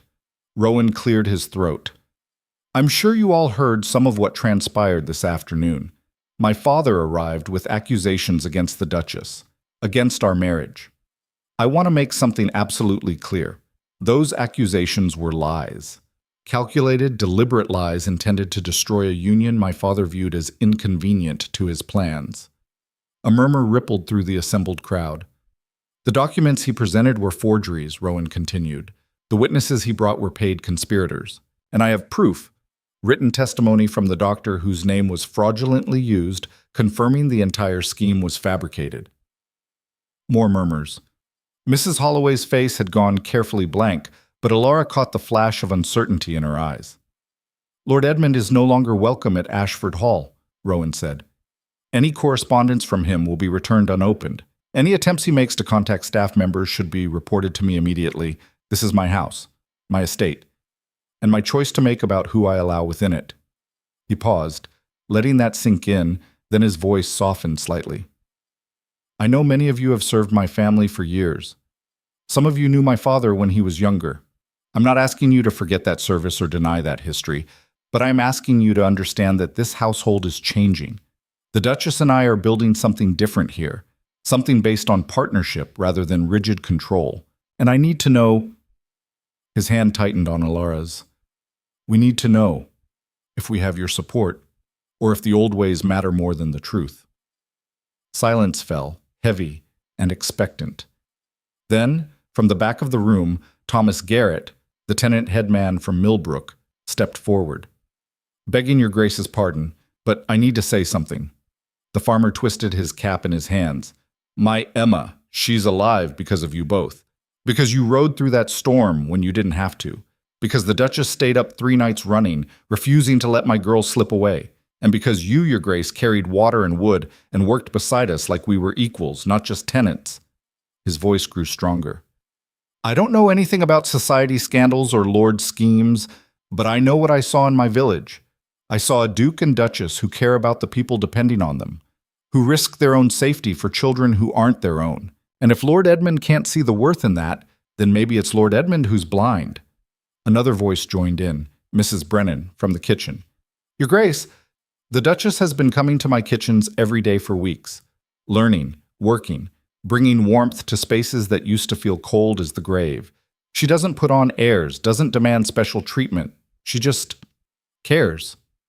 About the work, about us. Mary stepped forward, her young face fierce with loyalty. I've served in houses where the ladies barely looked at us, where we were furniture to be used and ignored. But her grace asks my name, asks about my family, treats me like I'm a person, not just a servant. One by one, others spoke up. The footman who'd been surprised when Elara thanked him for opening a door. The stable hand whose sick horse she'd asked after. The scullery maid who'd received encouragement instead of criticism when she burned a sauce. Even Garrett, the steward, cleared his throat. I've managed Ashford affairs for 15 years. In that time, I've seen His Grace work himself nearly to death trying to maintain standards his father demanded. Trying to be perfect because anything less was weakness. He met Rowan's eyes directly. But since Her Grace arrived, I've seen you remember how to be human, how to rest, how to trust others to carry some of the burden. That's not weakness, Your Grace, that's wisdom. Elara felt tears prick her eyes. These people, servants, tenants, staff she'd barely known a month, were speaking up, choosing sides, choosing them. Only Mrs. Holloway remained silent, her expression unreadable. Finally, Rowan addressed her directly. Mrs. Holloway, you've served this house longer than anyone. I value your experience and your dedication, but I need to know where you stand. The housekeeper was quiet for a long moment. When she spoke, her voice was carefully measured. Your Grace, I served your mother before she died. She was kind, gentle. She brought life to these halls. Her gaze shifted to Elara. When she passed, and your father insisted on running the household with military precision, I adapted. I maintained his standards because that's what was expected. She took a breath. But I've watched these past weeks as Her Grace has done what your mother used to do. opening curtains, lighting fires, bringing warmth back to spaces that had grown cold. And I've watched you, Your Grace, become less like your father and more like the boy I remember from before your mother's death. The one who used to laugh. Her voice softened. So I stand with you both, because maybe it's time Ashford Hall remembered what it was like to be a home instead of a fortress. The tension in the room broke like a dam giving way. Servants who'd been stiff with uncertainty visibly relaxed. A few actually smiled. Rowan's hand found Elara's again, squeezing tight. Thank you. All of you. Your loyalty means more than I can express. He paused. Now, I believe there's work to be done. Mrs. Holloway, if you'd coordinate the evening preparations, and Mrs. Brennan, I understand the Duchess has become quite proficient in your kitchen. Perhaps tonight's dinner could reflect that collaboration? Mrs. Brennan's face lit up. With pleasure, Your Grace. The staff dispersed, energy replacing the earlier tension. Within moments, the drawing room emptied until only Rowan and Elara remained. That went better than expected, Elara said quietly. You won them over. Rowan turned to face her fully. Not through manipulation or performance, just by being yourself. By caring when you didn't have to. We won them over, she corrected. By being honest. By showing them that change doesn't have to mean destruction. He studied her face like he was seeing her for the first time. I don't deserve you. Probably not. She smiled to soften the words. But you're stuck with me anyway. Remember? For better or worse. I'm starting to think the better might actually be possible. Starting to think? Elara raised an eyebrow. Just starting? I'm a slow learner. You'll have to be patient with me. I can do patient. She moved closer. But I'm not good at pretending. So if we're really doing this, really trying to build something real, I need you to promise me something. Anything. Don't shut me out again. When things get difficult or scary or overwhelming, don't retreat behind those walls. Talk to me. Fight with me if you have to. Just don't disappear into that study and leave me wondering if I've lost you.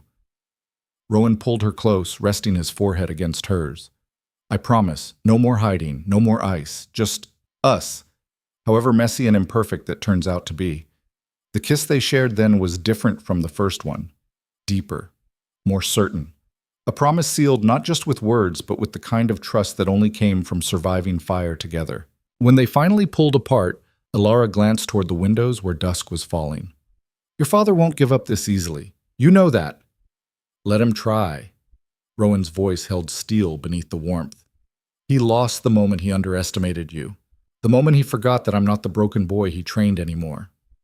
What about Caroline? She'll spread lies, which we'll counter with truth. Thomas Garrett and his family will testify to what we did in Millbrook. Dr. Morrison will confirm the forgery. And every person in this household just declared their loyalty. He smiled grimly. My father built his power on fear and control. We'll build ours on trust and partnership. Let's see which foundation proves stronger. The next weeks unfolded with the kind of controlled chaos Elara was learning to navigate. Word of the confrontation spread through the county like wildfire, carried by servants who gossiped with servants from other estates, by tenants who visited the market, by the sheer gravitational pull of scandal. Society's response was predictable: shock, speculation, and endless judgment. How dare the Duke sever ties with his own father? What kind of woman would drive such a wedge between blood relatives? Surely the marriage was doomed. But something unexpected happened. The tenants rallied. Families from Millbrook sent letters of support. Other villages, hearing how the Duke and Duchess had responded to crisis, began viewing them with new respect. When Lord Edmund tried to spread his version of events, painting Elara as a manipulative fraud, he ran into a wall of testimony from people who'd seen the truth firsthand. It's working, Rowan said one evening, reviewing correspondence in the study while Elara sat curled in the chair across from him. The smear campaign is failing. People believe us. The people who matter believe us, Elara corrected. Society still thinks we're scandalous. Society can rot. He set down the letter he'd been reading. I've spent my entire life trying to meet their impossible standards, trying to be the perfect duke, the perfect son, the perfect embodiment of cold aristocratic control, and I was miserable. He looked at her directly. Now I'm married to a woman society calls ruined. I've disowned my father, and half the peerage thinks I've lost my mind, and I've never been happier." Elara felt warmth bloom in her chest. "You're getting better at this." "At what?" "Saying what you feel instead of hiding behind walls." "I have an excellent teacher." He rose and crossed to her chair, pulling her to her feet. "Dance with me." "There's no music." "So? We'll make our own." They swayed together in the quiet study, no music except the crackle of the fire and their own breathing. It was absurd and wonderful and perfectly imperfect, exactly like everything else they were building together. A knock at the door interrupted them. "Enter," Rowan called. Garrett appeared, looking uncharacteristically uncertain. "Your Grace, there's a visitor, a Lady Catherine Marsh. She says she's an old friend of your mother's and requests an audience." Rowan and Elara exchanged glances.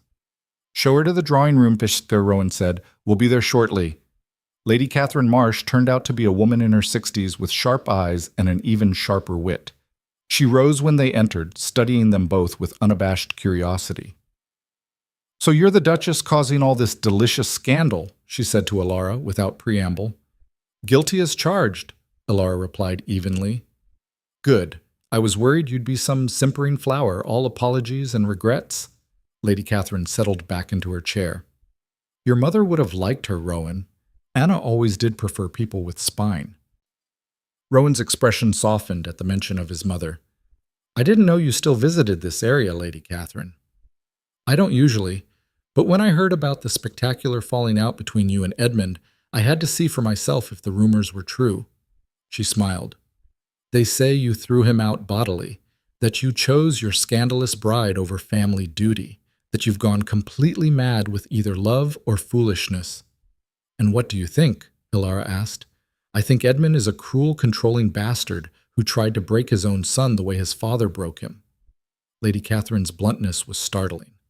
"I think you, my dear, are exactly the kind of disruption this family has needed for 20 years.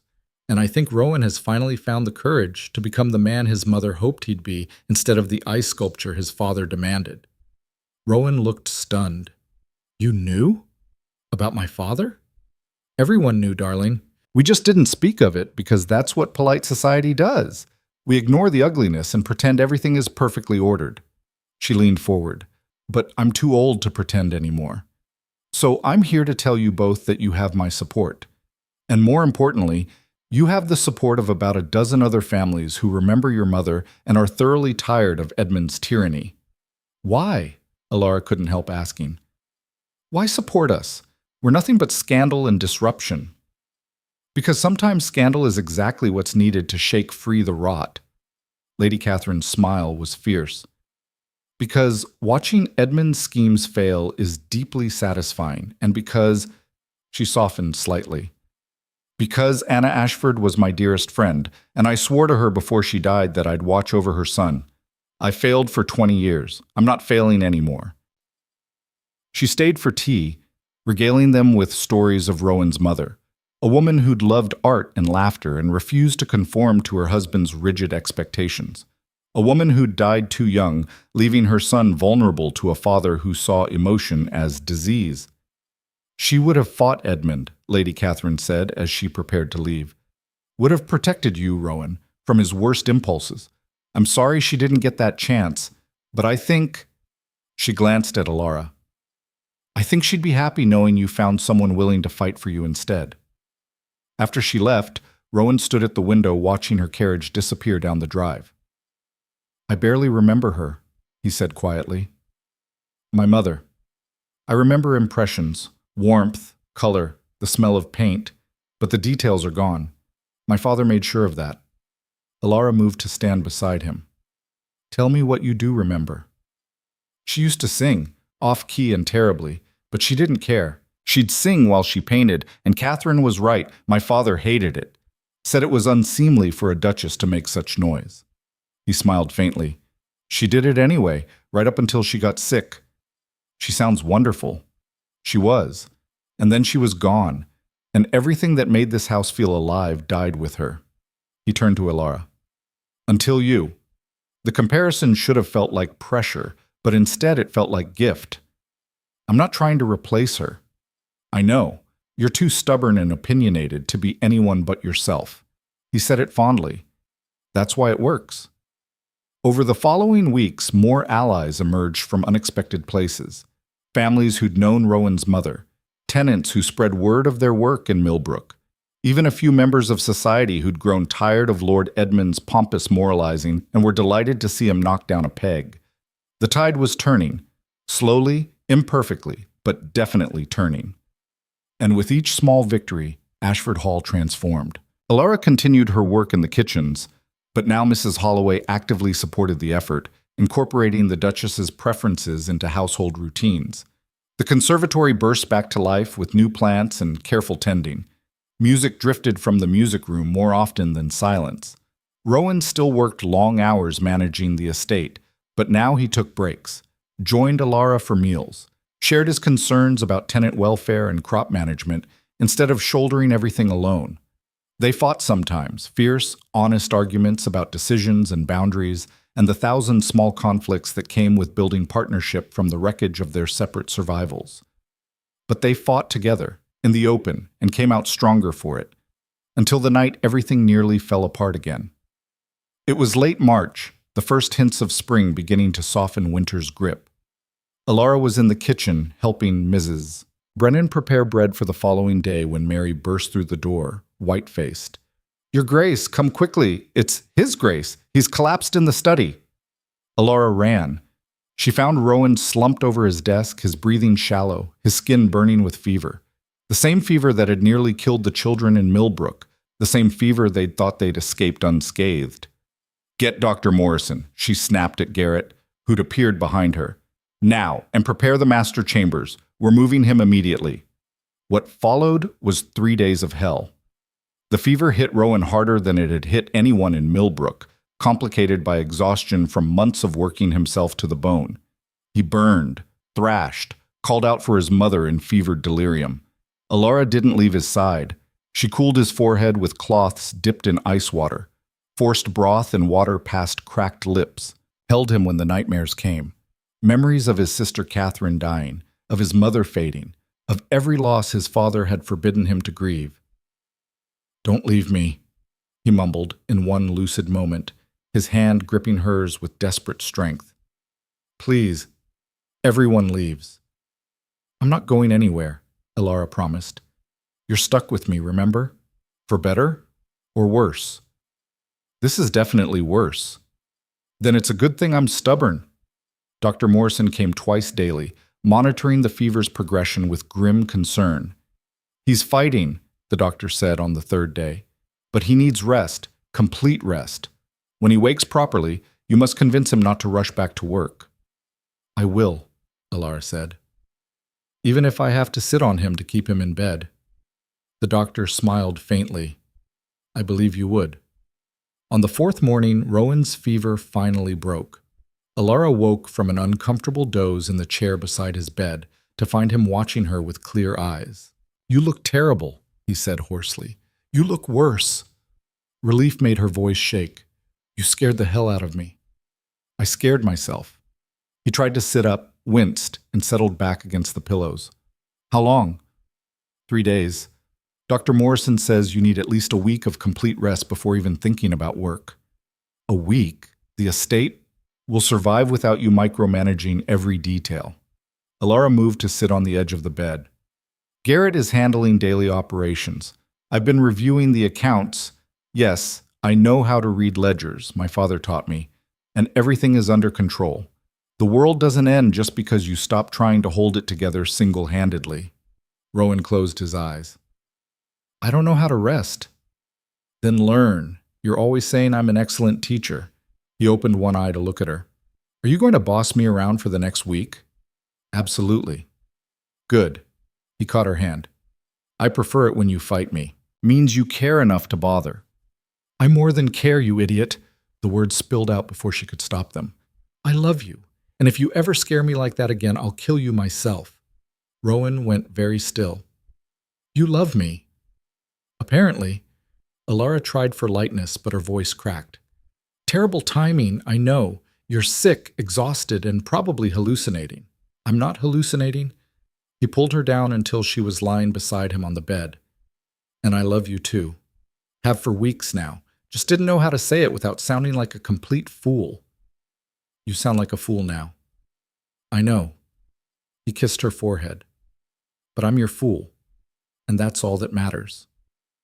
They lay together in the morning light, listening to Ashford Hall wake around them, servants moving through the corridors, the kitchen coming alive, the estate continuing its rhythms without Rowan's constant vigilance. It doesn't fall apart, he said quietly. When I let go, the world doesn't end. No, Elara agreed. It just keeps turning, with or without your permission. I wasted so many years thinking control was the only way to survive, that if I let myself feel anything, need anything, trust anything, I'd be vulnerable, breakable. You are vulnerable. We both are. Elara shifted to look at him. But vulnerable doesn't mean weak. It just means human. When did you get so wise? When I stopped having anything left to lose and started having something worth protecting. Rowan's recovery took the full week Dr. Morrison prescribed, plus another week Elara insisted on. He chafed against the inactivity, tried repeatedly to sneak work into his chambers, and generally proved to be a terrible patient. But he also talked, really talked, about his mother's death and his sister's loss, and the 20 years of emotional starvation his father had imposed, about the fear that had driven him to lock himself away, about the hope that maybe, just maybe, he could learn to live differently. And Elara listened, shared her own stories of loss and ruin and survival.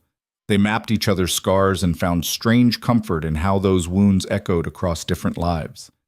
By the time Rowan was well enough to return to normal routines, something fundamental had shifted. He delegated more, trusted others to handle responsibilities he'd clutched like lifelines, spent evenings with Elara instead of buried in ledgers. And the estate thrived, not in spite of his reduced control, but because of it. Staff members empowered to make decisions proved remarkably capable. Tenants given voice in their own management proved remarkably invested.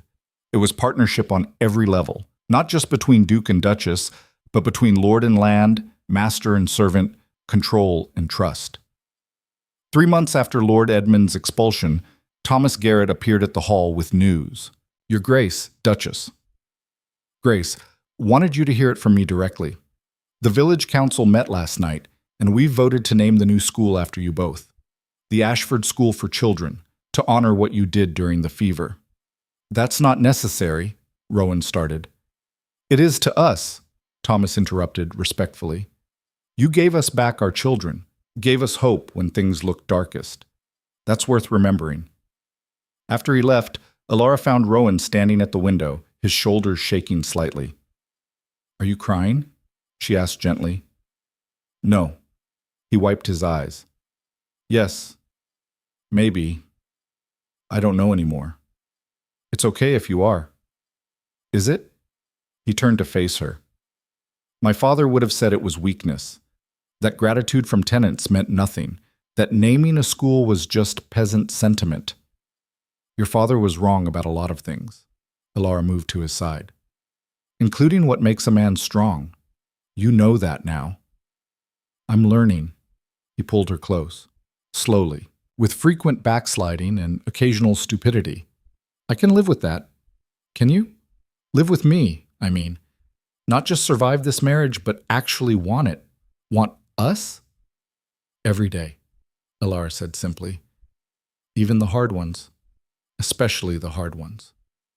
Outside, the sun broke through clouds, flooding Ashford Hall with light that touched every corner they'd opened, every space they'd reclaimed from cold isolation. Somewhere in London, Lord Edmund was probably scheming his next attack. Somewhere in society, people were still whispering scandal and disapproval. But here, in this house they'd transformed from fortress to home, the Duke and Duchess of Ashford stood together, equal, honest, and finally, blessedly free. But here, in this house they'd transformed from fortress to home, the Duke and Duchess of Ashford stood together, equal, honest, and finally, blessedly free. The freedom lasted exactly 3 weeks. It was Garrett who brought the news, his face grim as he entered the breakfast room where Elara and Rowan were reviewing plans for the spring planting. Your Grace, there's been a development. The steward's voice was carefully controlled. Lord Edmund has petitioned the House of Lords. He's claiming you're mentally unfit to manage the estate and is seeking to have the duchy placed under conservatorship. His conservatorship. The words landed like stones in still water, creating ripples that threatened to become waves. Rowan set down his coffee with deliberate care. On what grounds? Erratic behavior, abandonment of family duty, and... Garrett hesitated. He's claiming the fever damaged your mental faculties, that your recent decisions prove incompetence. That's insane, Elara said. The estate is thriving. The tenants are healthier than they've been in years. The accounts don't matter if the lords are convinced, Rowan interrupted quietly. My father has friends in Parliament, men who believe the old ways are the only ways, men who think my choices represent dangerous rebellion against proper order. So we fight back, Elara's voice was steel. We present evidence, testimony from tenants, from Dr. Morrison, from everyone who's seen how much better things are now. It won't be enough. Rowan stood, pacing to the window. This isn't about facts or truth. It's about power. My father wants control of the duchy, and he's willing to destroy me to get it. Then we destroy him first. Both men turned to stare at Elara. She stood, her mind already racing through possibilities, strategies, the same kind of desperate calculation that had kept her alive through scandal and ruin. He's using the system against you, she continued. The old boys' network, the belief that dukes should be cold and controlled and exactly like their fathers. Fine. We use the same system against him. How? Rowan asked. We expose him, not just to us, not just to the tenants, but to everyone. Every ugly thing he's done, every cruelty, every manipulation. Elara's hands clenched. You said Lady Catherine knew others who remember your mother, others who were tired of Edmund's tyranny. We gather them, we build a coalition, and we make sure that when this petition comes before the Lords, Edmund's reputation is so thoroughly destroyed that no one will touch him. Garrett cleared his throat. Your Grace, that would require significant evidence, documentation, witnesses willing to speak publicly against a peer of the realm. Then we get it. Elara looked at Rowan. All of it. Every piece of proof we can find. I know it's ugly. I know it means dragging family history into public view, but if we don't, he wins. Rowan's voice was flat. He takes everything we've built and tears it down, puts Ashford Hall back under his control, and probably locks me away somewhere claiming I need treatment. Exactly. For a long moment, Rowan said nothing. Then slowly, he nodded. Do it. Whatever it takes. Garrett, send word to Lady Catherine. Ask her to compile a list of families who might be willing to testify. Elara. He turned to her. We'll need to document everything. The forgery attempt, the conspiracy with Caroline Bentley, any other incidents over the years that show a pattern of manipulation. I'll start with the estate records, Elara said. If he's been interfering with finances or tenant welfare, there'll be traces. Mrs. Holloway might help, Garrett suggested. She's been here long enough to remember incidents, things that were covered up or explained away. Talk to her, Rowan ordered, carefully, and make it clear she won't face consequences for honesty. What followed was 2 weeks of intensive investigation. Elara buried herself in decades of estate records, finding patterns that made her blood boil. Tenant families removed from their homes for minor infractions. Funds redirected to Lord Edmund's personal accounts. Servants dismissed without references for infractions as small as speaking out of turn. Mrs. Holloway, once convinced her testimony wouldn't result in her dismissal, opened up with years of suppressed knowledge. The housekeeper's carefully maintained neutrality cracked to reveal fury at injustices she'd witnessed but been powerless to stop. He beat young Rowan for crying at his sister's funeral, she said, her voice shaking with long-buried anger. Locked him in the cellar overnight to teach him strength. The boy was 9 years old and had just lost his sister, and that monster punished him for having feelings. Will you testify to that? Elara asked gently. Before the entire House of Lords, if necessary. Mrs. Holloway's jaw set. I've kept silent too long. Watching what you and His Grace have done these past months, bringing life back to this house, treating people with dignity, it made me realize how much I've enabled by staying quiet. Lady Catherine proved invaluable. She arrived at Ashford Hall with a network of allies, families who'd known Rowan's mother, who'd watched Edmund's cruelty from a distance, who'd been waiting years for someone to finally challenge his authority. "We couldn't touch him while Anna was alive," Lady Catherine explained during a war council in the drawing room. "She protected Rowan as much as she could, but after she died, Edmund had free reign, and the rest of us were just society matrons with no real power against a peer." "You have power now," Elara said. "Collective testimony from respected families. That carries weight." "It does," Lady Catherine smiled grimly, "especially when several of us are related to current lords." Edmund counted on our silence. He's about to learn that was a mistake. Dr. Morrison provided medical documentation of the forgery attempt, including copies of the threatening letters he'd received when he refused to cooperate. The real estate lawyer, the one who'd handled the original marriage contract, came forward with evidence that Lord Edmund had tried to bribe him to insert clauses that would invalidate the marriage under certain conditions. The case built slowly, piece by piece, until they had a mountain of evidence that painted Lord Edmund not as a concerned father, but as a controlling manipulator willing to destroy anyone who challenged his authority. But it was Rowan who found the final, damning piece. He'd been searching through his mother's old belongings, boxes stored in the attic, that his father had forbidden anyone to touch. Among the paintings and sketches, he found her journal. And in those pages, written in his mother's delicate hand, was a chronicle of abuse that made Elara's heart break. Edmund grows crueler by the day. He says my painting is frivolous, says Catherine's laughter is unseemly, says Rowan must be taught to suppress emotion before it makes him weak. I try to protect them, but he takes my resistance as further proof that I'm failing as a wife and mother. Today, he struck Rowan for crying over a broken toy. Our son is 4 years old. 4. And already Edmund is trying to beat the humanity out of him. I don't know how much longer I can bear this, but I must. For the children. Someone has to show them that love exists, even in this frozen house. Rowan read the entries aloud to Elara in the quiet of their chambers, his voice breaking on passages that described his sister's terror of their father, his mother's desperate attempts to shield them, the slow erosion of hope as Edmund's control tightened. "She knew," he said when he finished. "She knew exactly what he was doing. And she fought it as much as she could until she couldn't anymore." Elara took the journal gently. "Rowan, this is powerful evidence, but are you sure you want to make it public? This is your mother's private pain. It's also the truth." He met her eyes, and she wrote in one of the final entries that she hoped someday, somehow, someone would see these words and understand, that maybe they'd help free her children from Edmund's grip. His voice steadied. "Well, here's that someday. Here's that someone. And I'm going to honor her hope by making damn sure my father never has power over anyone again." The petition hearing was set for mid-May. As the date approached, London buzzed with speculation. The Duke of Ashford versus his own father in a public battle for control of the duchy. It was the scandal of the season, drawing crowds who cared nothing for justice and everything for entertainment.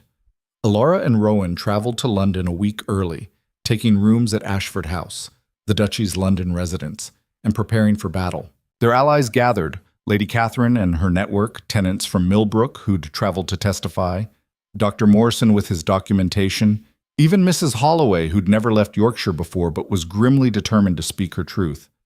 The night before the hearing, Elara found Rowan standing at the window of their London chambers, staring out at the city.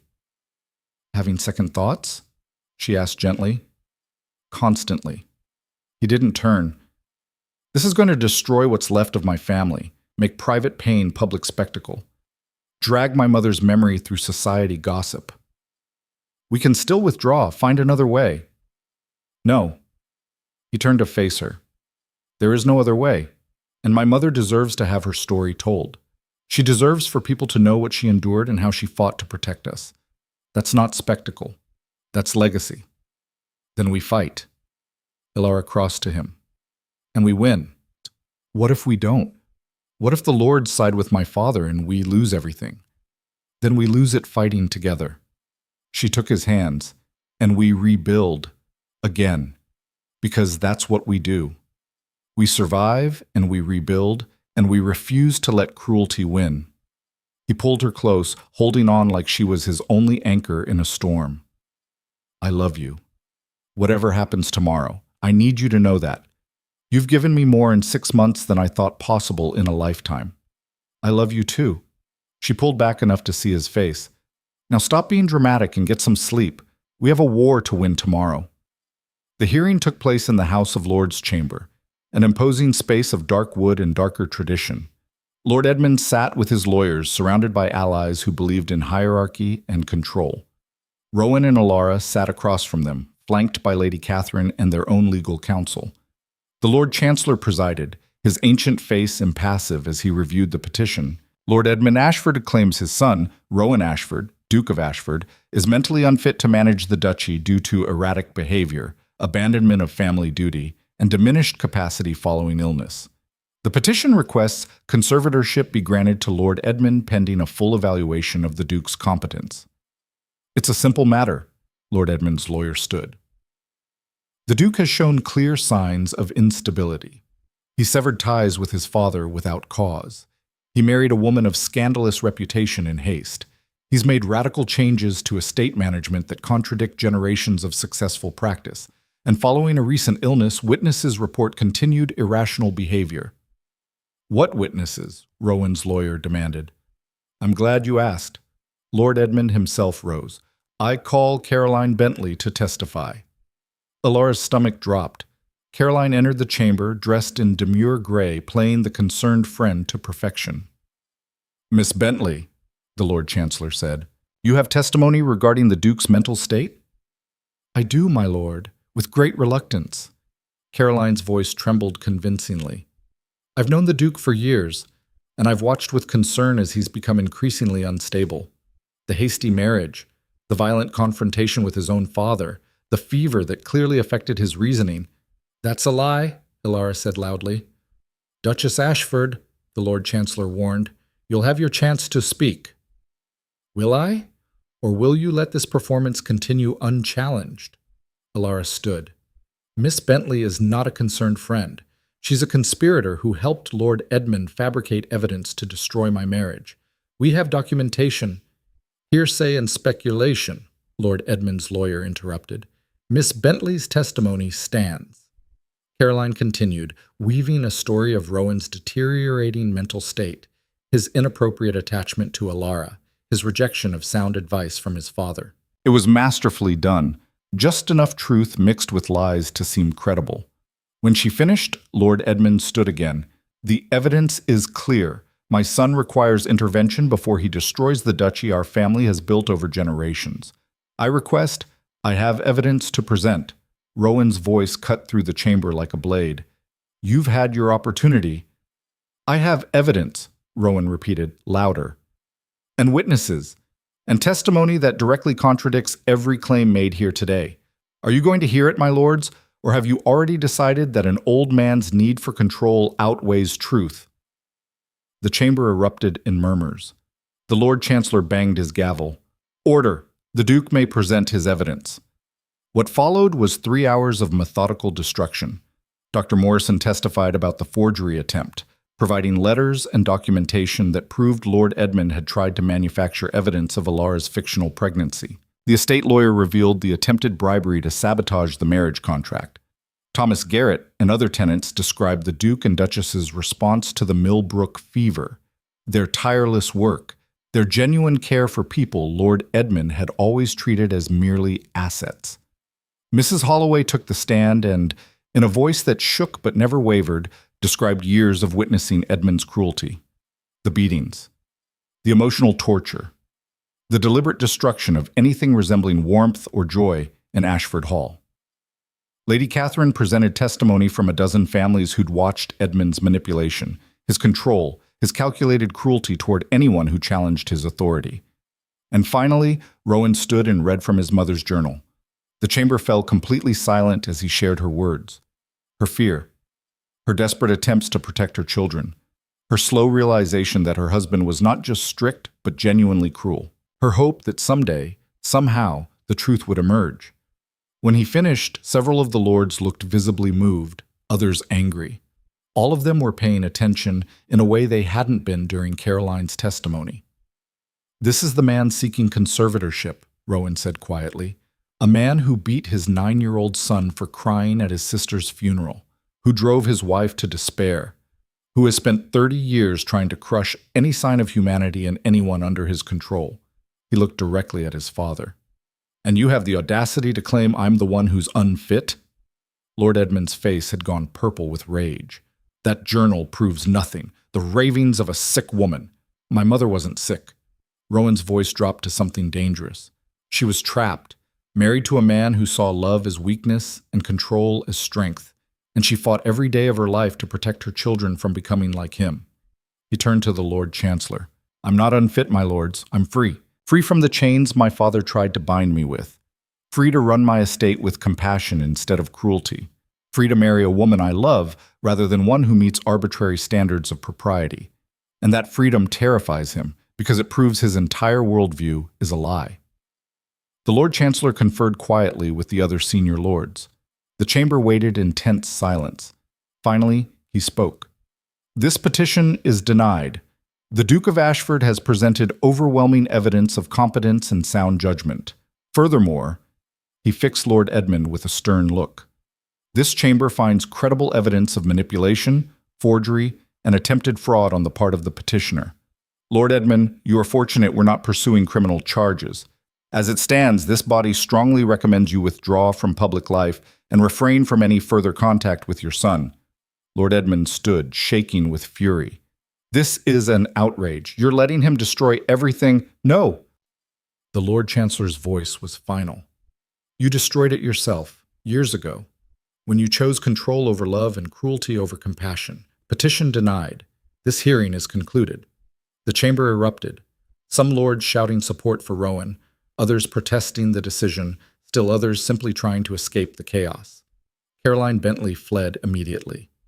Lord Edmund stood frozen, his face a mask of impotent rage, as everything he'd tried to build crumbled around him. Rowan and Elara stood together, holding hands, letting the chaos wash over them. They'd won. Against all odds. Against a system designed to favor men like Edmund, against the weight of tradition and expectation, they'd won. Lady Catherine appeared at their side, tears streaming down her weathered face. "Anna would be so proud," she said. "Both of you, so incredibly proud." Outside the Lord's chamber, they were mobbed by tenants and allies who'd been waiting for the verdict. Thomas Garrett actually lifted Elara off her feet in an enthusiastic hug before remembering she was a duchess and nearly dropping her in mortification. "We did it," he said, grinning. "We actually did it." "You did it," Rowan corrected. "All of you. Your testimony, your courage to speak truth to power, that's what won today." "No, Your Grace," Mrs. Holloway stepped forward, her usual stern expression softened. "You won because you showed us it was possible to fight back, because you chose truth over comfort and love over control. That gave the rest of us courage to do the same." The celebration continued through the evening. Ashford House filled with unlikely allies, aristocrats and tenants, servants and gentry, all united by their victory over a tyrant. Wine flowed. Stories were shared.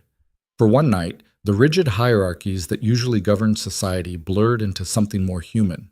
But eventually, the guests departed and Rowan and Elara found themselves alone in the quiet house. "It's over," Elara said softly. "Really over." "Is it?" Rowan pulled her close. "I keep waiting for the next attack, the next scheme, the next crisis. That's what survival does to you, makes you expect disaster around every corner." She rested her head against his chest. "But maybe we can learn a different way. Maybe we can start expecting joy instead of catastrophe." "I'd like that." He kissed the top of her head. "Starting now. No more looking back at what Edmund tried to destroy. Only forward to what we're building." They returned to Ashford Hall 3 days later to find the entire estate transformed. Not physically, though spring had brought new life to the gardens and grounds, but in atmosphere. Servants moved with lighter steps. Tenants visited more freely. The weight of fear that had pressed down on every corner for decades had lifted, replaced by something that felt almost like hope. The months that followed were not perfect. Rowan still struggled sometimes with his father's conditioning, retreating into cold control when stress mounted. Elara still fought nightmares about poverty and ruin, waking in panic that it had all been temporary. But they fought those demons together, learning to recognize the signs and pull each other back from the edge. The estate thrived under their partnership. Rowan implemented reforms suggested by tenants, radical ideas like crop rotation and shared profits that made traditional landowners shake their heads but produced remarkable results. Elara formalized her kitchen work, creating training programs for young women from tenant families who wanted to learn cooking and household management. They opened the conservatory to the public twice a month, allowing villagers to walk among plants that had once been locked away. The music room hosted monthly concerts, amateur performances by servants and tenants that would have horrified Lord Edmund but brought genuine joy to everyone who attended. And slowly, word spread beyond their own lands. Other estates began adopting similar reforms. Other noble families started questioning whether the old ways of rigid control were really the only ways to maintain power and prosperity. The change was small, imperfect, but real. 2 years after the hearing, Elara stood in the conservatory watching Rowan play with their 6-month-old daughter. Catherine Anna Ashford had her father's gray eyes and her mother's stubborn chin, and she gurgled happily as Rowan made exaggerated faces. "You're going to spoil her," Elara said, smiling. "Absolutely." Rowan didn't look up from his daughter. "I'm going to spoil her with love and laughter and every single thing my father tried to beat out of me. And she's going to grow up knowing that feelings aren't weakness. They're what make us human." Mary appeared in the doorway. "Your Grace, the delegation from Millbrook is here for the school dedication." "We'll be there shortly." Elara took Catherine from Rowan. "Ready? To celebrate a school named after us? To watch our daughter's first public appearance? To continue pretending we have any idea what we're doing as parents?" He grinned. "Absolutely not. Let's go."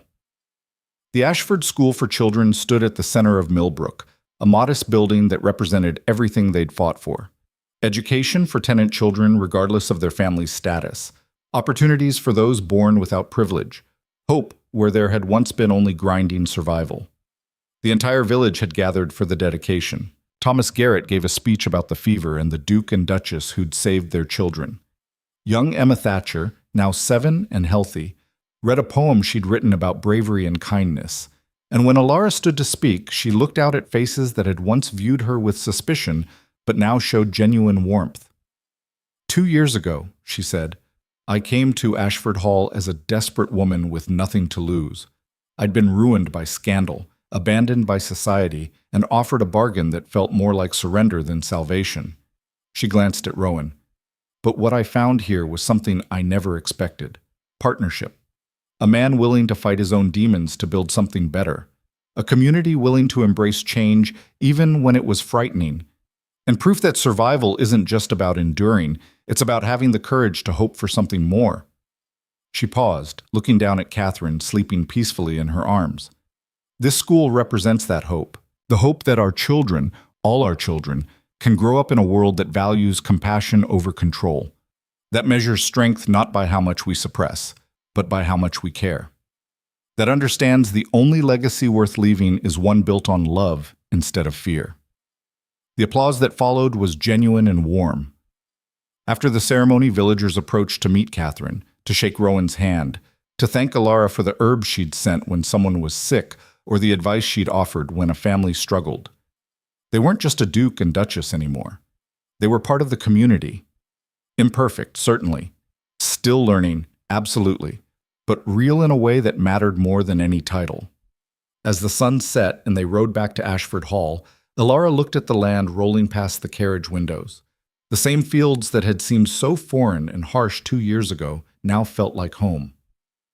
"Do you ever regret it?" Rowan asked quietly. "The bargain you made, trading scandal for this life?" "Every day," Elara said honestly. He looked stricken. "I regret that I came here desperate instead of hopeful," she continued, "that we started with contract instead of choice, that we wasted time building walls instead of bridges." She took his hand. "But I don't regret where we ended up. I don't regret fighting for this. For us. For the chance to prove that even in the harshest circumstances, love is still the strongest force we have." Catherine stirred in her arms, making small, sleepy sounds. Rowan reached over to stroke their daughter's dark hair. My father thought love was weakness, he said, that caring about anything gave it power over you. And he was right, just not the way he meant. Love does have power, the power to transform, to heal, to make us better than we ever thought possible. We're not perfect, Elara reminded him. We still fight, still make mistakes, still carry scars from what we survived.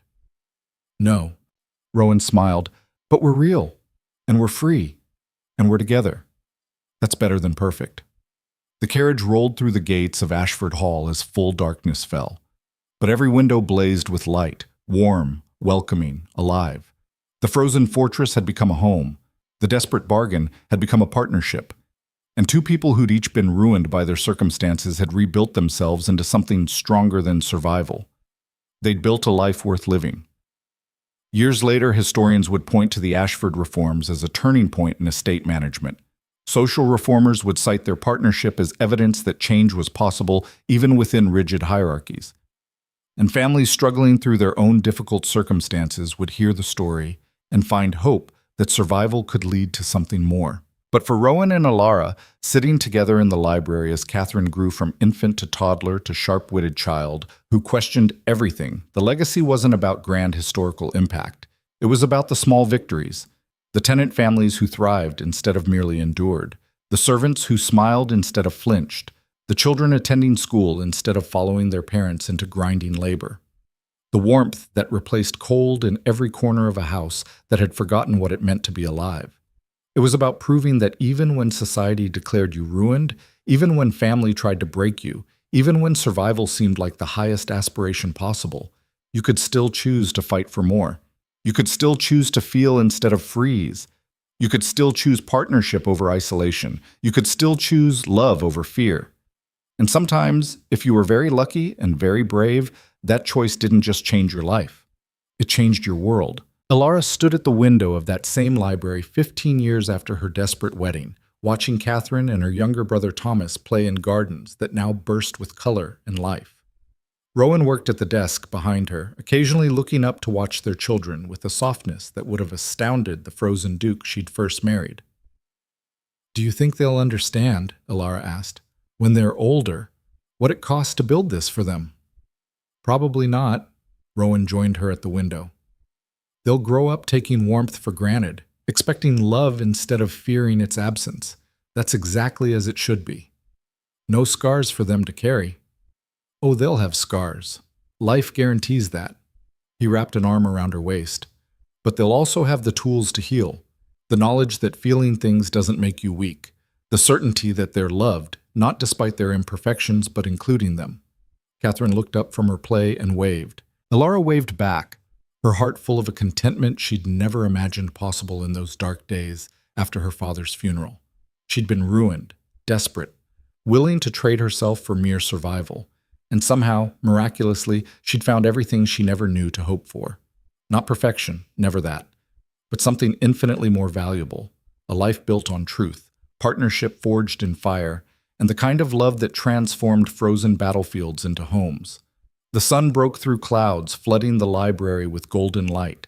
And in Ashford Hall, once a fortress, now a haven, the Duke and Duchess stood together, watching their legacy grow wild and free in gardens that had finally learned to bloom.